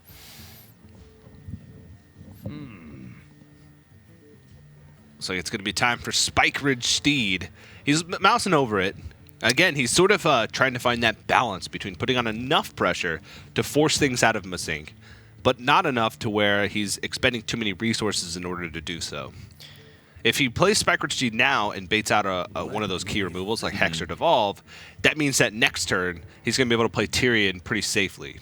Right, but I think Dr. Boom also warrants a Hex. Yeah, I mean, 7/7 body, and then you have to worry about the boom bots as well. It may even warrant a Volcano, but it looks like he's going to pivot. Okay, so the Steed is to try to ensure that he catches a Boom, because maybe I think Boom is still vulnerable to Volcano. If he plays it, it'll be, yeah, because there's 16 damage with the spell damage to him, and if he clears it, it sets him up anyway. So this kind of makes Masinc really tempted to Hex, which, by the way, Masinc just picked up a Devil Sword with that web spinner, the charged one, the one that just deals 7 damage to a minion. That happens to line up perfectly with the 3/7 that's on board right now. Just want to point that out. What to do? Thanks for pointing that out, Dan. Yeah, it's slightly amusing. If he uses it, he's going to die. Oh, that's another thing, too. Yeah, he's threatening lethal. Yeah. Man, this Paladin deck is just so sick. It's real good. It has game against just about everything. Yeah, it can struggle against some aggressive strategies, and also it does struggle against Rogue a lot. But in these kinds of positions, man, I do not want to be the Shaman. You're looking at the other side of the board thinking, I know he's got double Light Fuse Stegodon. Or Quartermaster. Yeah. Or Tarim. Or oh my god. So looks like he is going to go with Sludge Belcher plus the oh no, I thought he was going to reach it for Ancestral Spirit, but reaches for Maelstrom Portal. It's one of the good answers to it. But now this lines up the Sludge Belcher, which was the only Death Rattle minion he had left, or the only, sort of big minion he had left to play with that Ancestral Spirit. I don't know if he's hoping that it'll live, but it won't. Most likely. I mean, it's possible that it will. And keep in mind, this Spike Ridge Steed minion is still a Silverhand recruit. Yeah, Masinc could be thinking about just trying to line up a good N'Zoth, and he really needed to clear off a lot of those minions and survive. Noriggoon just going to go ahead and add some more pressure with the Consecration and threaten again. And it's just too sick, man. Just look at him. He's hero powering, and Masinc is quivering in his boots. This is such a threat, and it's actually 14 damage exactly with the Quartermaster next turn. Now he has to expend even more removal. Yeah, he does have the Dino, so if his opponent plays Quartermaster, he's still alive. But if his opponent plays Quartermaster and Juice Over, he's dead. If he plays Quartermaster and Light Fuse Stegodon against +1/+1, or no, just it would need to be +3 attack in that case, right? I think it's +1/+1, that's fine. 2 + 9, 11. Yeah, +1/+1 would do it as well. Yep. So there's a few adapts that could completely end this game and end this series. And then the more removal he uses, the bigger impact these bigger threats are going to have. Not even just the 1/1s, but he's still got Tyrion and Dr. Boom left in his hand.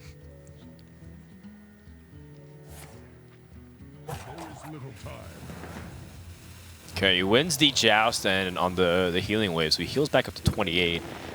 But that's just kind of a Band-Aid on the large gaping wound that's going to be this board. Now, Noriggoon doesn't have to play the Quartermaster in this position. He can once again hero power and then start playing things like Dr. Boom to really threaten his opponent too, which kind of puts the emphasis on his opponent to clear it. I wonder if that puts him outside of Volcano range. It's 9 health with the Boom plus 5, so that's 14, 15, 16, 17. So that should be enough health to play outside of Volcano if he plays Boom this turn. That was one of the things that he was considering previously. There also has to be some point where Noriggoon does make a little bit more of an aggressive push than he, was earlier on in the game.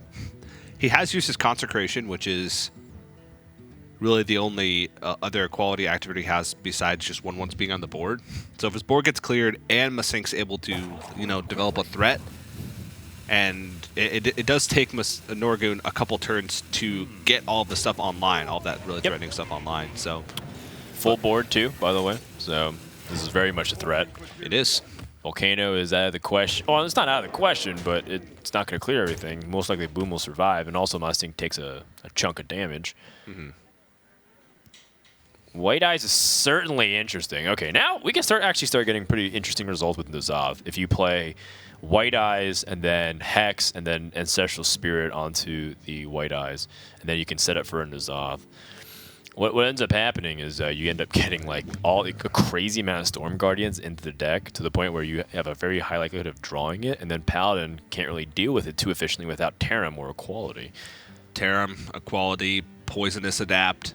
I mean, it has more ways to deal with it than other decks do. But Poisonous Adapt is not that reliable of a removal piece. What are the percentage chances that you get one specific one? Is it like 40-something%? I think it's 30 because there's 3 choices out of 10.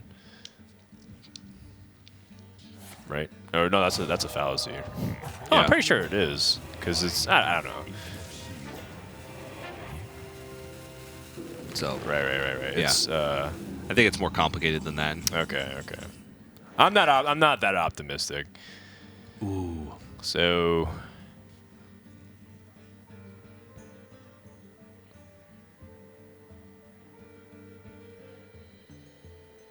okay, I'm trying to calculate if there's any kind of lethal opportunity here with Quality and Quartermaster, but I don't think so. 23 is a lot. Right, and you have to also know that the White Eyes ends up just respawning. Yeah. So it looks like he isn't, although there are some pretty powerful things you can do with this Light Fuse Stegodon. And I don't think you want to use Equality yet because you're going to need Equality to get through the inevitable huge wall of minions. Maybe, or maybe the Silverhammer Cruise just gets so big it doesn't even matter. That's true. Yeah, I don't mind. 2 arms, man. Now you can make an easy value trade with the big Stegodon buffed Silverhand Recruit and just push 10 damage and once again threaten lethal. Now there's 5, 6, 7 plus 9. Yep. 16, 17 damage on the board still. And if Masinc N'Zoths, which almost feels like he certainly will with a Devolve, does Noriggoon have enough damage to follow up with an Equality? On average, he'll have 1, 2, 3, 4, 5 plus, so you have 9 damage. It'll be very close. It'll be very close. Depends on the Devolve here.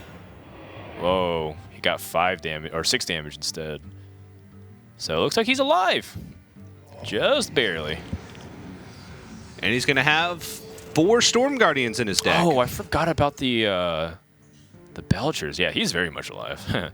But the Equality is definitely going to be very useful here for Noriggoon. Hey, man, Shaman still might be able to do this. It's close. But yeah, like you said, he's going to have 4 Storm Guardians. A quarter of his deck is going to be 10/10s. And Masinc has been able to hold on to still multiple removal spells. So he's still going to be able to stabilize even past these Storm Guardians. Yeah. So what? It's going to be about 20% of his deck? 25% of his deck is Storm Guardians? Yeah. Just about. Noriggoon's best follow-up to this play is most likely just playing Tyrion. He doesn't have enough mana to immediately surge the board with... I guess he could play Stand Against Darkness, but because of these taunt dummies and the frog, it kind of complicates the board state a little bit, so he might need to just use his weapon charge and play Tyrion. That kind of opens himself to another devolve. And I wonder if that might be just enough for Masinc if he's able to get another really powerful card here to swing the board his way. That is a powerful card. So if it devolves again, Tyrion goes to a 7-mana minion. And then Noriggoon gets Baron Geddon and clears the board. And wins the game. Just wins the game. Oh, man. You can devolve Lightning Storm, Fire Elemental, clear off what remains of the 7-mana minion. Would you just play Devil Sword? Like maybe you just tap you put Web Spinner in, Devil Sword goes out, and then just clear some of the board. Is that too risky? You do give him Ashbringer. You give him Ashbringer, but you present a big threat on the board yourself, and you can save Devolve, which is because the game feels like it's going to go on for a little bit longer. Neither side seems to be able to push past each other's limits at this point. The Web Spinner kind of implies that he is going for it. Ravenous Pterodax. There you go. Lightning Storm, Earth Elemental, and Paladin's going to have to pick up the pieces here. Yeah. That 3 damage, by the way, on the Tyrion was massive, so that he can get this traded immediately and push 5 instead of 3. Holy cow, that was really important. And looks like he's just dead.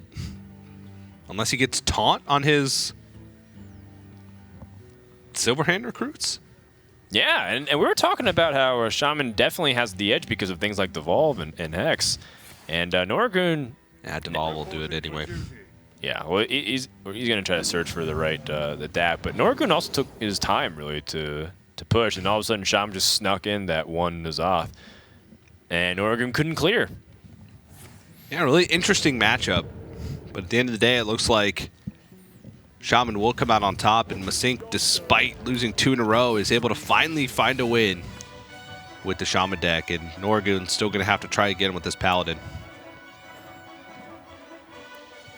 Yeah, so the big story of that game was the fact that Paladin was not able to kill the Shaman in time, and Shaman was just able to stabilize enough, and we're talking about how powerful White Eyes is in that deck. I was talking about it so much in the very beginning of the day when we were seeing Control Shaman for the first time, and it just wasn't doing anything. And it's if you're able to stick a single target with Ancestral Spirit and then bring it back with the Zoth, it's really powerful. And we didn't even get to that part where he's drawing 10/10s every turn and just really threatening his opponent. Yeah, it's hard to tell what Noriggoon could have done differently that game to come back, but there were so many turns. I feel like he played it okay. The only turn where he can kind of call it a question would be using the Consecration, which was his only equality activator that might have allowed him to push through later. But overall, I think he played that well. I just think Masinc was patient enough with his removal, still had removal at the end of the day, and was able to get there. Yeah, so the key is that he had not just N'Zoth, but he also had Devolve. And I think that's something that Farsight really allowed him to do. People always talk about you can't play around discount stuff, but that's what you really got to do against Shaman a lot of times. So if they played a Farsight and they haven't played it for a while, and they've holding a card, like a hand of 8 cards, it's like, well, there's a realistic possibility that he's saving for a big swing. Shaman in general, like that deck is trying to go for one turn where they just don't ever fall behind again. They take back the entire board, they clear everything, they plant something, and it just sticks. Yeah. But Noriggoon's still 1 game away from qualifying for the live final. Still got to find a win with the Paladin deck. It's going to be, I think, Warlock's coming up next for Masinc, so we'll see. It's probably going to be a Reno Warlock. Actually, it's almost certainly going to be a Reno Warlock. Yeah, I mean, we see mid-range Paladin is up against Warrior and Warlock remaining here for Masinc, and Paladin definitely has a very good chance against, especially with the qualities, against Reno Warlock, but against Pirate Warrior, I do feel like it's kind of even. Maybe even slightly Pirate Warrior favored, depending on how his build is specifically. And we're going to go into game number 4 here. So, looks like Warlock versus Paladin, like you mentioned, TJ. And this matchup can be pretty tough if the Paladin's able to get out to an early game start like that. Just lost the jungle, shield mini bot, Stewart Darkshire. Yowza. That'd be a good hand against Pirate Warrior. Then against Pirate Warrior, his hand's going to be standing against Darkness, Tyrion, and something else bad against Pirate Warrior.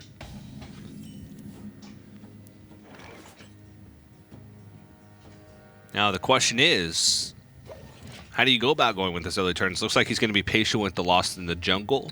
Want to combo that with the Steward of Darkshire. Steward of Dankshire. It is a really powerful card in general, too, the Steward Darkshire. You don't have to necessarily play it on 3. You can even save it for later game combos as well. That's kind of what's really powerful about the mid-range deck.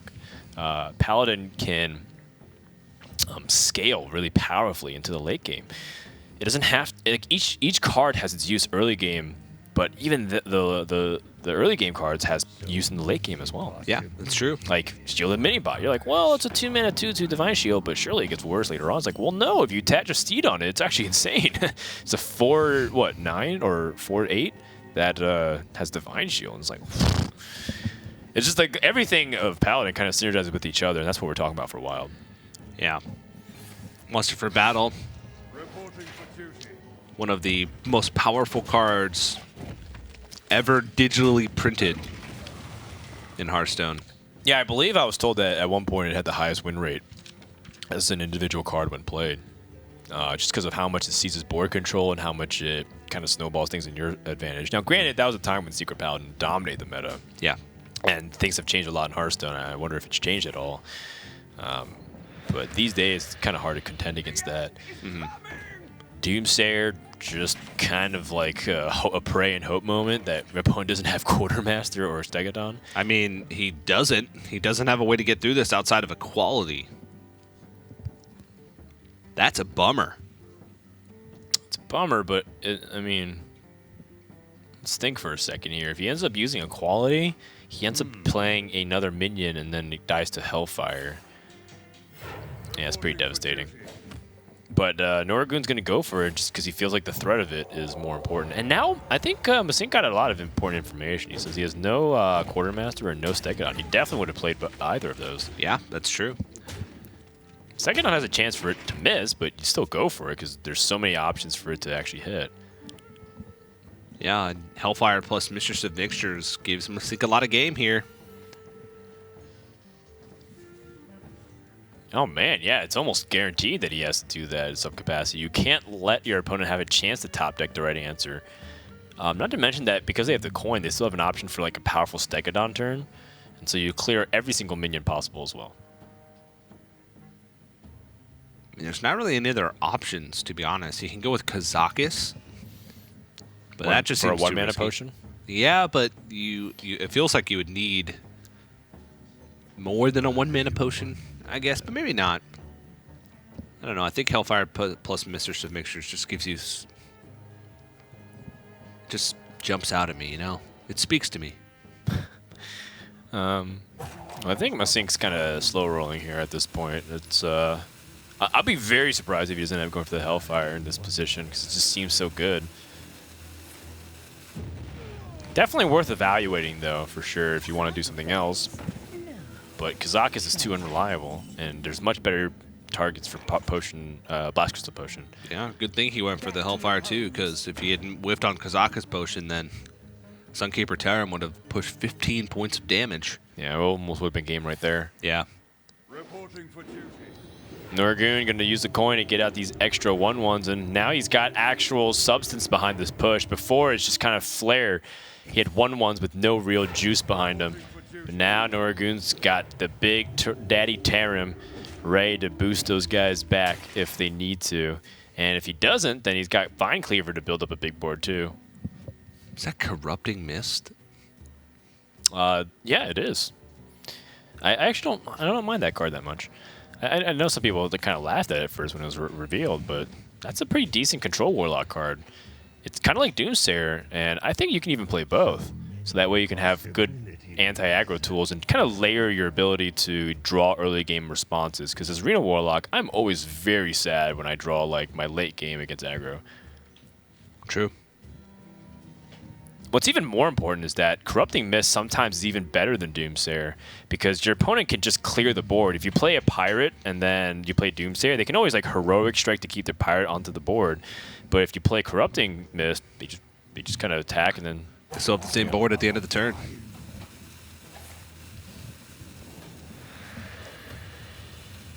Ooh, Demon Wrath's going to be pretty important.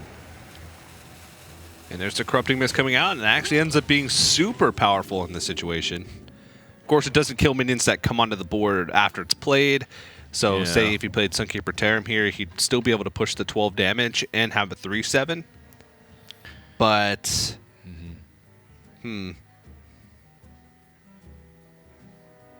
Yeah, I'm thinking either Steward or Darkshire or Lotheb, and like, what's the value of Lotheb? What are you really trying to stop in this matchup? Yeah. Reno Warlocks have largely gravitated away from playing a Leroy Jenkins powerful whelming style and gone for more board centric because of all the synergy they have with N'Zoth inherently by playing things like Belcher and Sylvanas. So it is interesting to think about what turn you really want to block, and I think it usually determines on when they want to Shadow Flame or Twisting Nether. So blocking them on 8 and 8 mana onward seems to be the key for most decks. well, Abyssal Enforcer takes out the Steward of Darkshire. You still got Reno to back it up. You know that 13 burst is very much so out of the range. It's looking good to me. Yeah, and I think you're slightly okay with the fact that Abyssal Enforcer damages you at this point. You got to start flipping the switch on your opponent. Yeah. Yeah, like we just looked at what happened when Paladin got all that room to wiggle, and then all of a sudden it started getting threatened on, and it's like, well, actually, I can't deal with your minion. I guess I lose. Now Noriggoon has to be careful because there's some powerful minions on the board, and if your opponent's able to leverage their removal like Demon Wrath, then you're taking 6 every turn. Yeah, Sunkeeper Terram is there if things get too out of control, but you'd much rather use that offensively rather than defensively, so... Oh, Noriggoon is so tempted to just, like, go face, but he knows his opponent's baiting him into Reno. But you just go for it, because if he doesn't, you might win. But Masinc has the Reno. Just have to make the choice between Reno and Demon Wrath here. Getting Demon Wrath Deathlorded. And then follow it up with Reno. Just trying to remove some of these minions off the board, but that's the thing. That board was not very expensive for Noriggoon to build. Yeah, and he's going to build it again with the same thing by just attacking next turn. Attacking another hero power. Maybe you tap in Reno and just kind of like attack face and threaten your opponent and force him to clear. Your opponent's not holding that many cards, and you're going to outvalue him. And you have some really insane cards coming up with Kazakus and N'Zoth. Yeah. 2 very big, powerful cards. So many possibilities. I don't think that's a bad line there. I think what you're afraid of is a way for the dudes to get buffed with Light Fuse Stegodon or a Quartermaster. I think it'll be fine though. Okay, so he doesn't even want to take that risk at all. He's just gonna go ahead and Demon Wrath and play Kazakus first. He's looking for more AoE immediately. Doesn't find it. That's a very proactive one, though. So post-Reno, that potion's going to be pretty intense. Man, he was playing with fire. But, yeah, good on Masinc to realize that Paladin can't really burst me too much easily from the hand. Double Consecration would have been the only thing. I wonder if Noriggoon's tempted to just drop Lotheb here. Try to see if he can shut off any kind of spells. Like sneak a win, hope he doesn't have Reno. I mean, it feels like your opponent had a good opportunity to Reno last turn.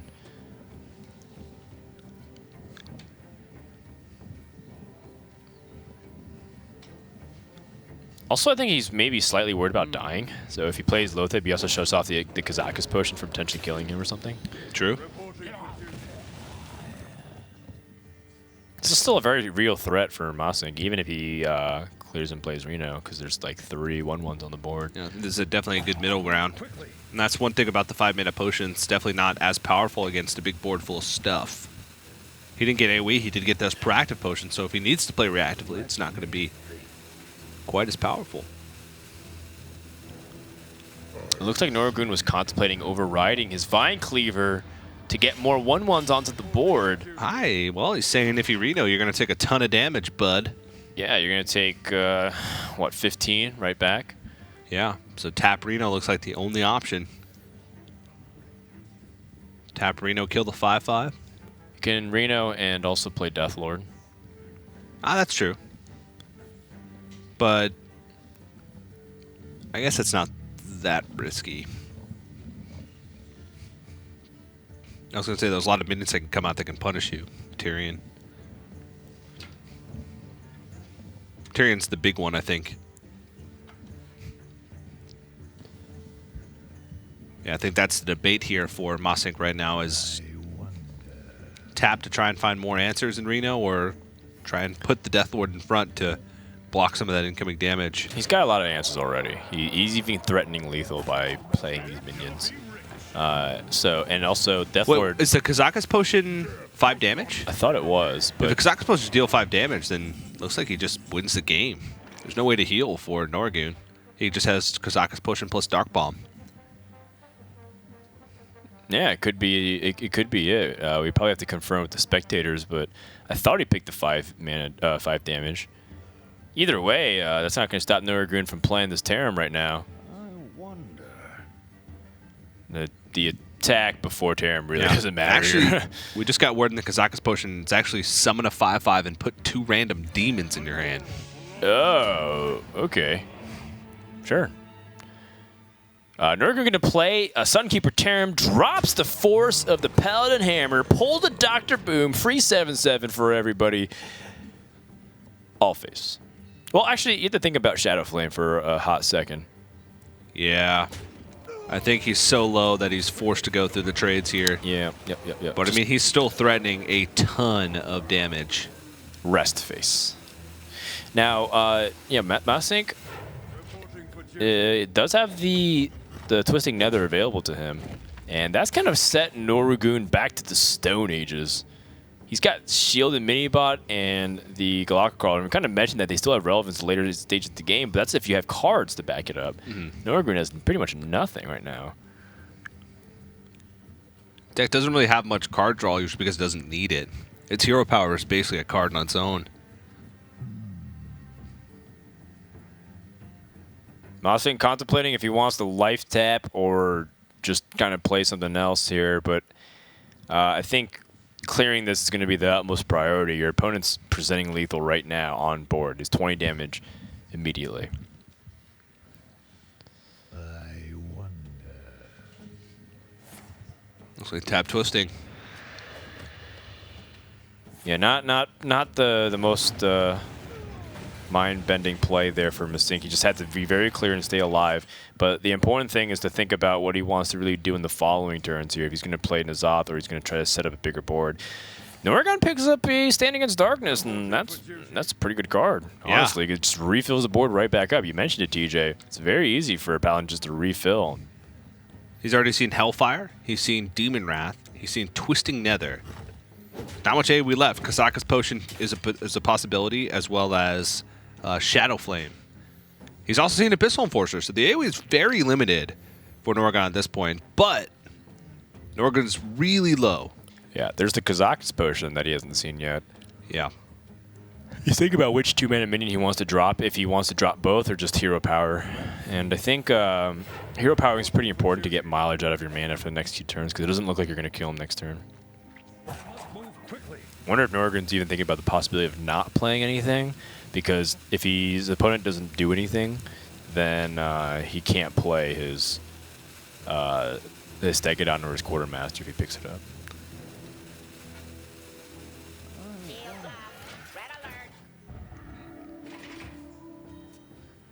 He does fill up the board. So Masinc could not play any minions to play around Quartermaster. Yeah. I mean, that's something to consider too. I wonder what minions have died so far for Death Rattle for Masinc. Mistress of Mixtures. Did Sludge Belcher die yet? I don't think Sludge Belcher was played. All right. Well, he's got a couple of Death Rattles now that he can play, but I think he's still trying not to lose as best as he can here, because there's 8 damage on board plus the little dagger hit, so it's 9 damage. And if a Quartermaster comes down, that could just end the game. Yeah, man. That will just end the game. That Kazakus potion is just not good. He'd won the game 3 turns ago. Oh, Deathlord.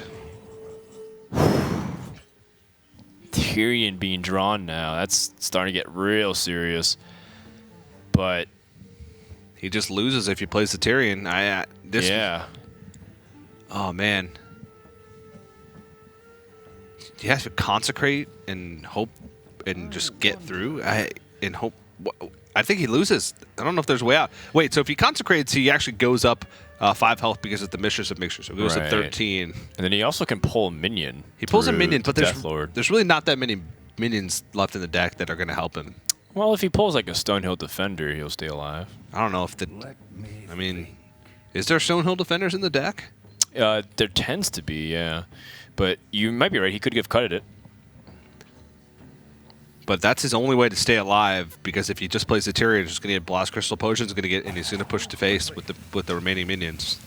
This is a tough call to make, and he is going to go for it. It's the right call, based off what we see. I think he's reading through Masinc's stall. He says, you're probably stalling because you're thinking about like lethal setups. Ooh, he's willingly taking the damage. Quartermaster. A little bit too late. And looks like he got everything off just in time. And Masinc still kind of in the still kind of floundering here a little bit. And Emperor Thorson doesn't really help with the board state. 2 damage off of lethal. And again, Noriggoon presents a board where if Lightfuse Stegodon comes out and gets attack, or if Quartermaster comes out. I think Masinc could be pretty happy about seeing Quartermaster pulled out from the Deathlord, because that means it's 1 less out that Noriggoon has for, potential lethals. At this point, though, you're playing around a mythical top deck, and you got to start finding a way to win the game. Sure. Which one? What was it Kazakus pushing in? It was 7 to 5/5. And put 2 random demons in your hand. Jeez. Gotta love those random demons. Get a Doomguard. Doomguard for lethal. Yeah. Outside of that, no taunts. He's got a heal that heals both. Abyssal Enforcer would set up lethal for the following turn, but he's going to play the Refreshment Vendor. Ooh, 4, 5, 7, 9, 14 damage. Yeah, but I think what's important here for Noriggoon is that Sylvanas has been killed, or Sylvanas can be killed, and the Zoth already being played, which means that Tyrion's very safe, generally. So I wonder if he's just going to take it even slower and just kind of trade down. I don't know. And then just play Tyrion. This you could be looking at the end of the line here. Noriggoon, no matter how you slice it, as long as one of these minions survives on board, one of the 5 attack minions survives on board, she can't actually push through for lethal. You can just trade everything into the board and then just play Tyrion straight up. And that might actually give Noriggoon an opportunity here. The only difference is that, the only problem is that he's got 2 weapons. He's got the Ashbringer and he's got the True Silver Champion. Masinc has the Blast Crystal Potion. Oh man, he is so close to killing him, and Masinc's really been meticulous up to this point.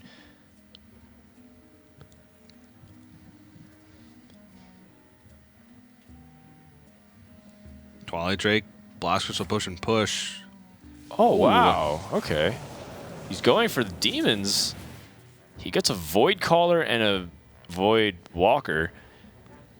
Decent choices, but most importantly, he's going to remove this Tyrion and then push for the potential lethal. And Noriggoon's only got a True Silver Champion. I think that's probably the end of the line here. Paladin's kind of gassed out. Yeah, that should lock things up. Not enough card draw, unless Noriggoon has a lay on hands that we're not expecting in the deck. That'll keep the game going, and more importantly, give Noriggoon a chance to win the game. Wow, even trading with the 1/1 because he's that desperate. Oh no! The worst draw in the deck. Yeah, and that means we're gonna go to a game 5, TJ. Kind of fitting, because these guys have been battling back and forth. Masinc, this will be an epic comeback from 2 losses in a row with Control Shaman to winning the series. Yeah, Noriggoon, he has to override his Ashbringer in order to think he can survive, but we know that he's just done, so he's just going to concede. And that will be game number 4 in the books. Our first series of APAC is proving out to be pretty epic here. It's very back and forth and extremely close.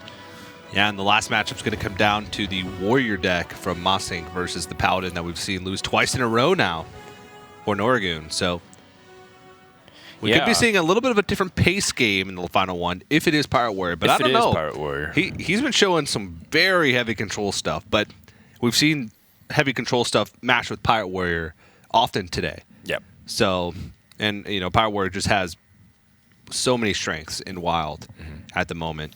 So. Yeah, and it'd be a nice, interesting change of pace with kind of like the really slow games back and forth, and then we kind of have an exciting fast game. I do want to throw out there that there are other Warrior builds currently in WoW that you can play, and it's pretty competitive and viable. Dragon Warrior is kind of out there and seems to definitely be able to prey on some of those decks by having a lot of mid-game pressure. And then you have Control Warrior still kind of out there. Quest Warrior does exist, but I think it's very weak. Yeah. Given that there's a lot of decks that are strong against it. I was talking to a few players that brought Quest Warrior to this event, and none of those players made it to the top 4. Yeah. And a lot of Pirate Warriors made it to the top 4. I don't think that's a coincidence. Do we know that Masinc's playing a Pirate Warrior? No, we don't. I have no idea what he's playing. So he could very well be in Quest Warrior, and I could eat my words. Could even be TJ Warrior. Could be a Quinkity. Ho, ho, ho. For people who don't know, TJ used to play a Warrior deck with Hobgoblin in it and swore to me that it was the best version of Warrior. I did. Yeah. I terrorized the ladder with that deck. With Hobgoblin and Armorsmith and all these crazy, stupid combos. And I'm just like, you're an idiot.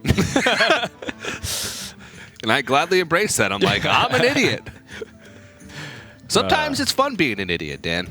Yeah. I mean, I don't discourage experimentation in homebrewed decks, but the Warrior is definitely an interesting pick there. It sounds like you're discouraging creativity in homebrewed decks, Dan. I'm not. I know. I will forever respect you for bringing Bogchamp Shaman to Seed Story Cup. My goodness. I'm eating my words. It is Quest Warrior. No wonder he's been stalling and not playing this deck. I was like, well, I'm going to go. All right. Just going to let me solo cast this. TJ actually has left. All right. Oh, hey. What's up, guys? It's me, Frodan. TJ's paid by the hour. He's actually on overtime right now. I got scolded. I'm back. Back in action. Rob said, well, specifically TJ walked over and he's like, well, I have to sit on the couch with Rob and Admiral. I can cast with Frodan. He chose me. He chose me. That's right. Eat it, Rob. Thumbs up. All right, well, this changes things a little bit. Quest Warrior. Changes a lot. Now, Quest Warrior has access to Sludge Belcher, Revenge, Bash, but I think Bash is probably a little bit too hopeful. I don't think you have room for that with all the taunts, potentially. Right. And, a couple of other small little things here and there that might help you. But the most important thing for Warrior is that can they finish the quest in time? I feel like I'm casting a game of Standard. It's a race. But one thing about this, against Standard is this Paladin deck is nuts. Even late game against the Warrior, because they just have so many refills, and the 8 damage rag shot is not going to do well against a board full of 1/1s, especially a board full of buffed 1/1s. I mean, there are a lot of tools for Warrior to deal with it. There's still Revenges and Brawls and Whirlwinds and Ravaging Ghouls. But a lot of times they have to use those early on in the game just to stifle pressure. So it's not like they just get the quest finished and boom, they have all of their Whirlwinds. Well, what's really fascinating is that this is Conquest, so Masinc has actually been playing Quest Warrior and winning very often to this point. That, or a lot of people have been banning Warrior, which could be a double mind game. He could be bringing Warrior to kind of make people think that he's playing Pirate Warrior and force a ban, and if their opponents don't ban it, because they think it's Pirate Warrior, he can prey on people who try to target that and then just completely overwhelm them. Yeah, and Noriggoon is off to a pretty slow start. He's holding on to Muster for Battle, most likely to couple with the Steward of Darkshire. Yeah, a little bit awkward here as we see Noriggoon doesn't really have anything very clean to line up with. He might even just drop, just maybe he can take it pretty slow because he drew shielded mini bot. Yeah, but his opponent's gonna dominate the board for a while. Is he okay with that? Doesn't really have much of a choice. Masinc has a very clean Ravaging Ghoul right now to eliminate the board, and more importantly, like start punching his opponent a little bit and start threatening him. Could even play Tar Creeper behind it and start really stacking up his quest count. I wonder. Now he's taking it really slow. I was not expecting that play. I thought maybe he just played Tar Creeper and then just kind of hero power. I think he wants to go for Ravaging Ghoul, Sleep with the Fishes. He wants to sort of play a little game of chicken with Noriggoon. Sure. Say, if you don't play anything, I'm not going to play anything. I'm going to wait until you go a little bit wider on this board. Except that's not the way it works with Divine Shield. Sleep with the Fishes is not going to hit any of those targets. Does Noriggoon want to use his hero power and Lost in Jungle, or he wants to use Muster for battle? I like Hero Power plus Lost in the Jungle, personally. It summons the same amount of tokens, and then you get the ability to use Muster for battle with the hero power later as you scale into higher mana counts. Just more efficient, it feels. I don't think the 1/4 weapon is really that impactful.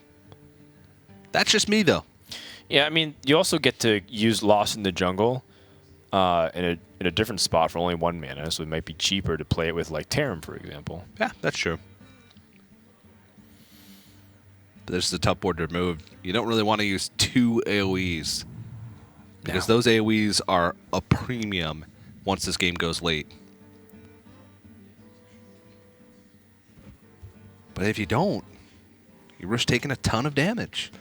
All of a sudden, if those bad boys get buffed up to 3/3 and Divine Shield, then you miss your opportunity. And Ally Armorsmith it is. So Lightview Stegodon is going to hit the board.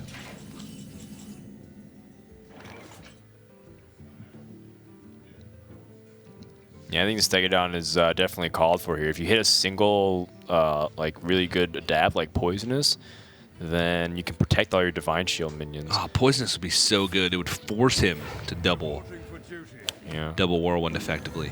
Oh my goodness. Even plus attack. Poisonous! Ouch. That is a Silverhand recruit with a hammer full of acid, and it burns Ally Armorsmith's face off. Nice. And Masinc picks up more taunt minions, but everything he has will just die. Yeah. In order for him to clear off this board, the poisonous minions, he'd have to go with Ravaging Ghoul, or Revenge plus Ravaging Ghoul. Could clean up the board with the Fiery War Axe, but man, that's a lot of resources expended to deal with a card and a half. So double Whirlwind effects here allows Masinc to also play another taunt, but I mean, Noriggoon has some of his best yet to come. He's got Tyrion on 8, and then he's got the ability to play a bunch of Silverhand recruits with the second Stegodon, so that's going to be pretty devastating as well. But here's the thing, man. If Masinc can get to his hero power and then maybe get Brawl, he can maybe even rush down the Paladin. Like, you know, we've kind of established that Noriggoon doesn't have much healing in the deck. And that was another way for Paladin to stabilize, because, you know, the part of the power is that the control Paladin in Standard can also just Forbidden Healing, give himself a couple turns, keep loading up the board, and then eventually pressure the warrior of the game. Yeah. Curator draw is pretty important for Masinc as well. Yeah. Oh, there was one more minion when I was looking at Taunt Warrior Wild list that was different, and I seem to remember that it came from Curator, but maybe I'm wrong. I know Sludge Belcher was one, but what was the other, Dan? Drawing a blank here, man. I gotta admit, man, I haven't really played much Quest Warrior in Wild. Not only did the data kind of infer that it was kind of a weak deck, but also because it feels like there are better ways to play anti-aggro and just Yeah, like Control Shaman feels a lot similar to the way it crushes aggro with like very decisive board clears all the time. And then you can also play like Reno Warlock and Reno Mage. But maybe that's kind of the mind game that Masinc brought to the table with his Quest Warrior deck. It's definitely an interesting proposition. I didn't really think many people would bring it. I thought I would be seeing a Dragon Warrior before I thought I would see a Pirate Warrior. Yeah.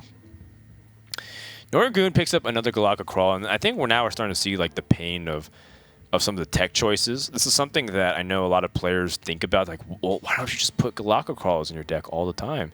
And the large reason is because in matchups where you don't need it, you end up drawing it in this situation, and it's just kind of a weak card. It's no different than a River Crocolisk. Yeah, feels real bad. Noriggoon has to also play this turn with the mindset that Masinc has a Primordial Drake in hand. I mean, Masinc may have sort of turned the corner here. Noriggoon does have a quality consecration, but I mean, he's got a lot of things that he needs to do in order to secure a win, and I don't know if he's going to have the time. Man, if he trades here, then Primordial Drake's going to be so juicy. Yeah, he's going to want to probably trade the 3 to the 3/5. Not even just for the Primordial Drake, because he knows that Sleep with the Fishes is a possibility as well.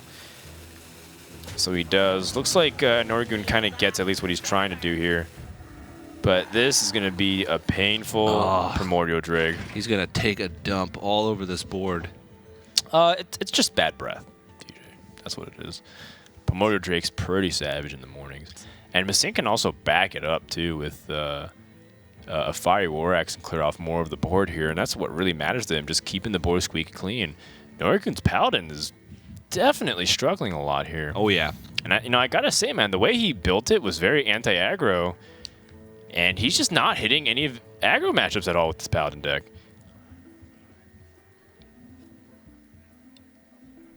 Yeah, Masinc is just... He does not have a shortage of Whirlwind effects. Deathbite even in the deck. Deathbite. Ravaging Ghoul. Revenge. Primordial Drake.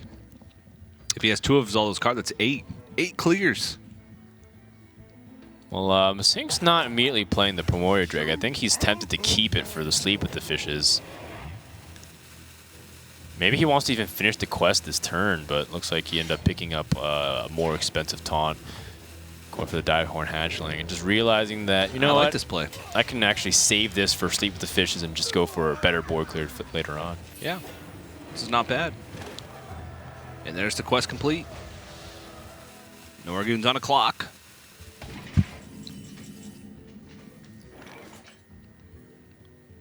Well, Noriggoon has the Stand in Darkness, and that's a pretty powerful combination with Light Fuse Stegodon, but he has no actual semblance of board dominance at this point. What is he going to do? Is he going to consecrate this board? Is that what he has to do to get back on it, DJ? Oh, man, if he consecrates, he gives up his Equality Activator, which is the same thing we saw him run into in the first game that he played with Paladin, where eventually the board just got bigger and he didn't have enough to push through with Equality, but I think he realized he doesn't really have much of a choice. He has to start putting damage on. Oh, man, yeah, he's going to play these 1/1s to try to bait out the Primordial Drake, because then he can't play Sulfuras in the same turn. Yeah. Okay, I like that. And then Masinc has to kind of weigh if he wants to go for it, but he can take his time. He doesn't have to play the Sulfuras immediately. Drake is very tempting in this position. Dirty Rat's actually a great pickup also. He's seen Tyrion, which is really the only minion that has a heavy punish. All of the rest of the minions in the deck are minions that have a positive effect when played from hand instead of when just placed on the board. So You're right. Like Life Fuse Stegodon pulls out great. Quartermaster pulls out great. Sunkeeper Terran pulls out great. Yeah, you're right. All those things are very influential on how the matchup ends up panning out, so Dirty Rat could be really, really nice in this spot.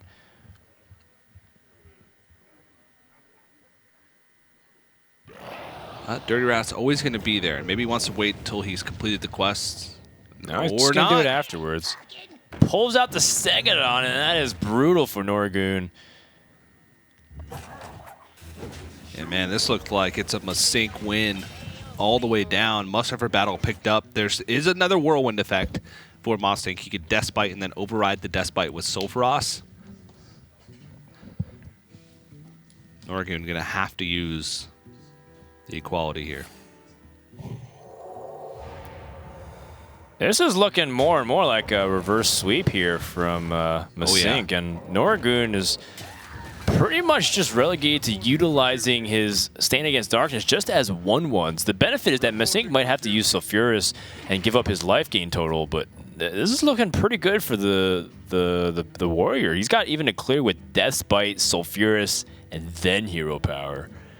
You can Death's Bite attack the face and then activates Death Rattle by equipping a second weapon, and then you gain the Hero Power usage and you deal 12 damage, and you set up a potential lethal for the next turn. Oh, yeah. I think that is by far Masinc's best play. And he is going to go for it. He sees the line, and Noriggoon is on his last turn here, potentially. He does have muster for battle, and he's seen a lot of whirlwind effects, but he's going to have to rely on that muster for battle, those 1/1s absorbing a ton of damage. Oh, well. Yeah. I don't know. I mean, that's definitely more than a possibility now. You just added how much power to the board? 12 with the 12 plus 2 Quartermaster? from the quartermaster. Yeah, so 14? We have a game. He's got Sleep with the Fishes, though, so a whirlwind effect would basically end the game. Right, because Paladin doesn't have a way to close it. Let's see. Sink gonna look for a way to crush this opposition. He finds a brawl. Oh, that's just as good. That is just what Quest Warrior does. He doesn't even have to take the risk of the 1 and 6. He's just gonna crush every single minion, and Noriggoon knows what that means, because there's a 50% chance that he even lives. Sync can't end it just yet, but it kind of doesn't matter. Pretty much here. over. Yeah, Noriggoon's just cornered, and it's not even about Quest Warrior and you know, where does the Die Insect go. It's just the fact that he overwhelmed him and withstand pressure, and the Paladin just didn't get anything done. Yeah. Game over. Masinc's going to the finals. What an impressive run from him. Coming back from an 0-2 start with Shaman, taking 3 Grindfest matchups in a row against the Paladin deck. I mean, I think we saw hundreds of Silverhand recruits slaughtered in the past 3 games. A moment of silence for all the Silverhand recruits. All right. That was tough, man. That was tough. You know, 2-0 lead with Reno Mage and Reno Warlock, and then reverse swept the mid-range Paladin hours after the Vicious Syndicate just crowned mid-range Paladin the best deck in Wild.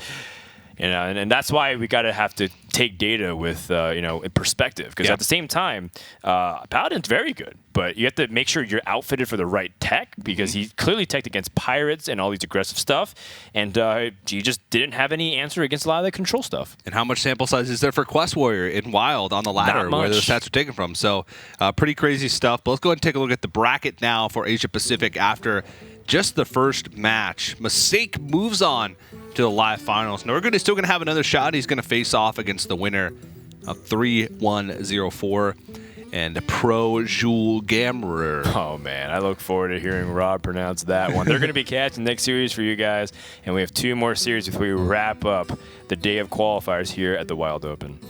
Yeah, and of course, Masinc has joined 7 or 6 other players. He makes 7 that have qualified earlier today or earlier this week. In China's case, those are the players that are going to the live finals. So keep an eye out in just a couple weeks, in 3 weeks, where the live finals is going to take place right here at the ESL Studios. But 2 more matches to go on the day. Plenty more wild actions to come. So don't go anywhere, guys. More wild Hearthstone action coming right up.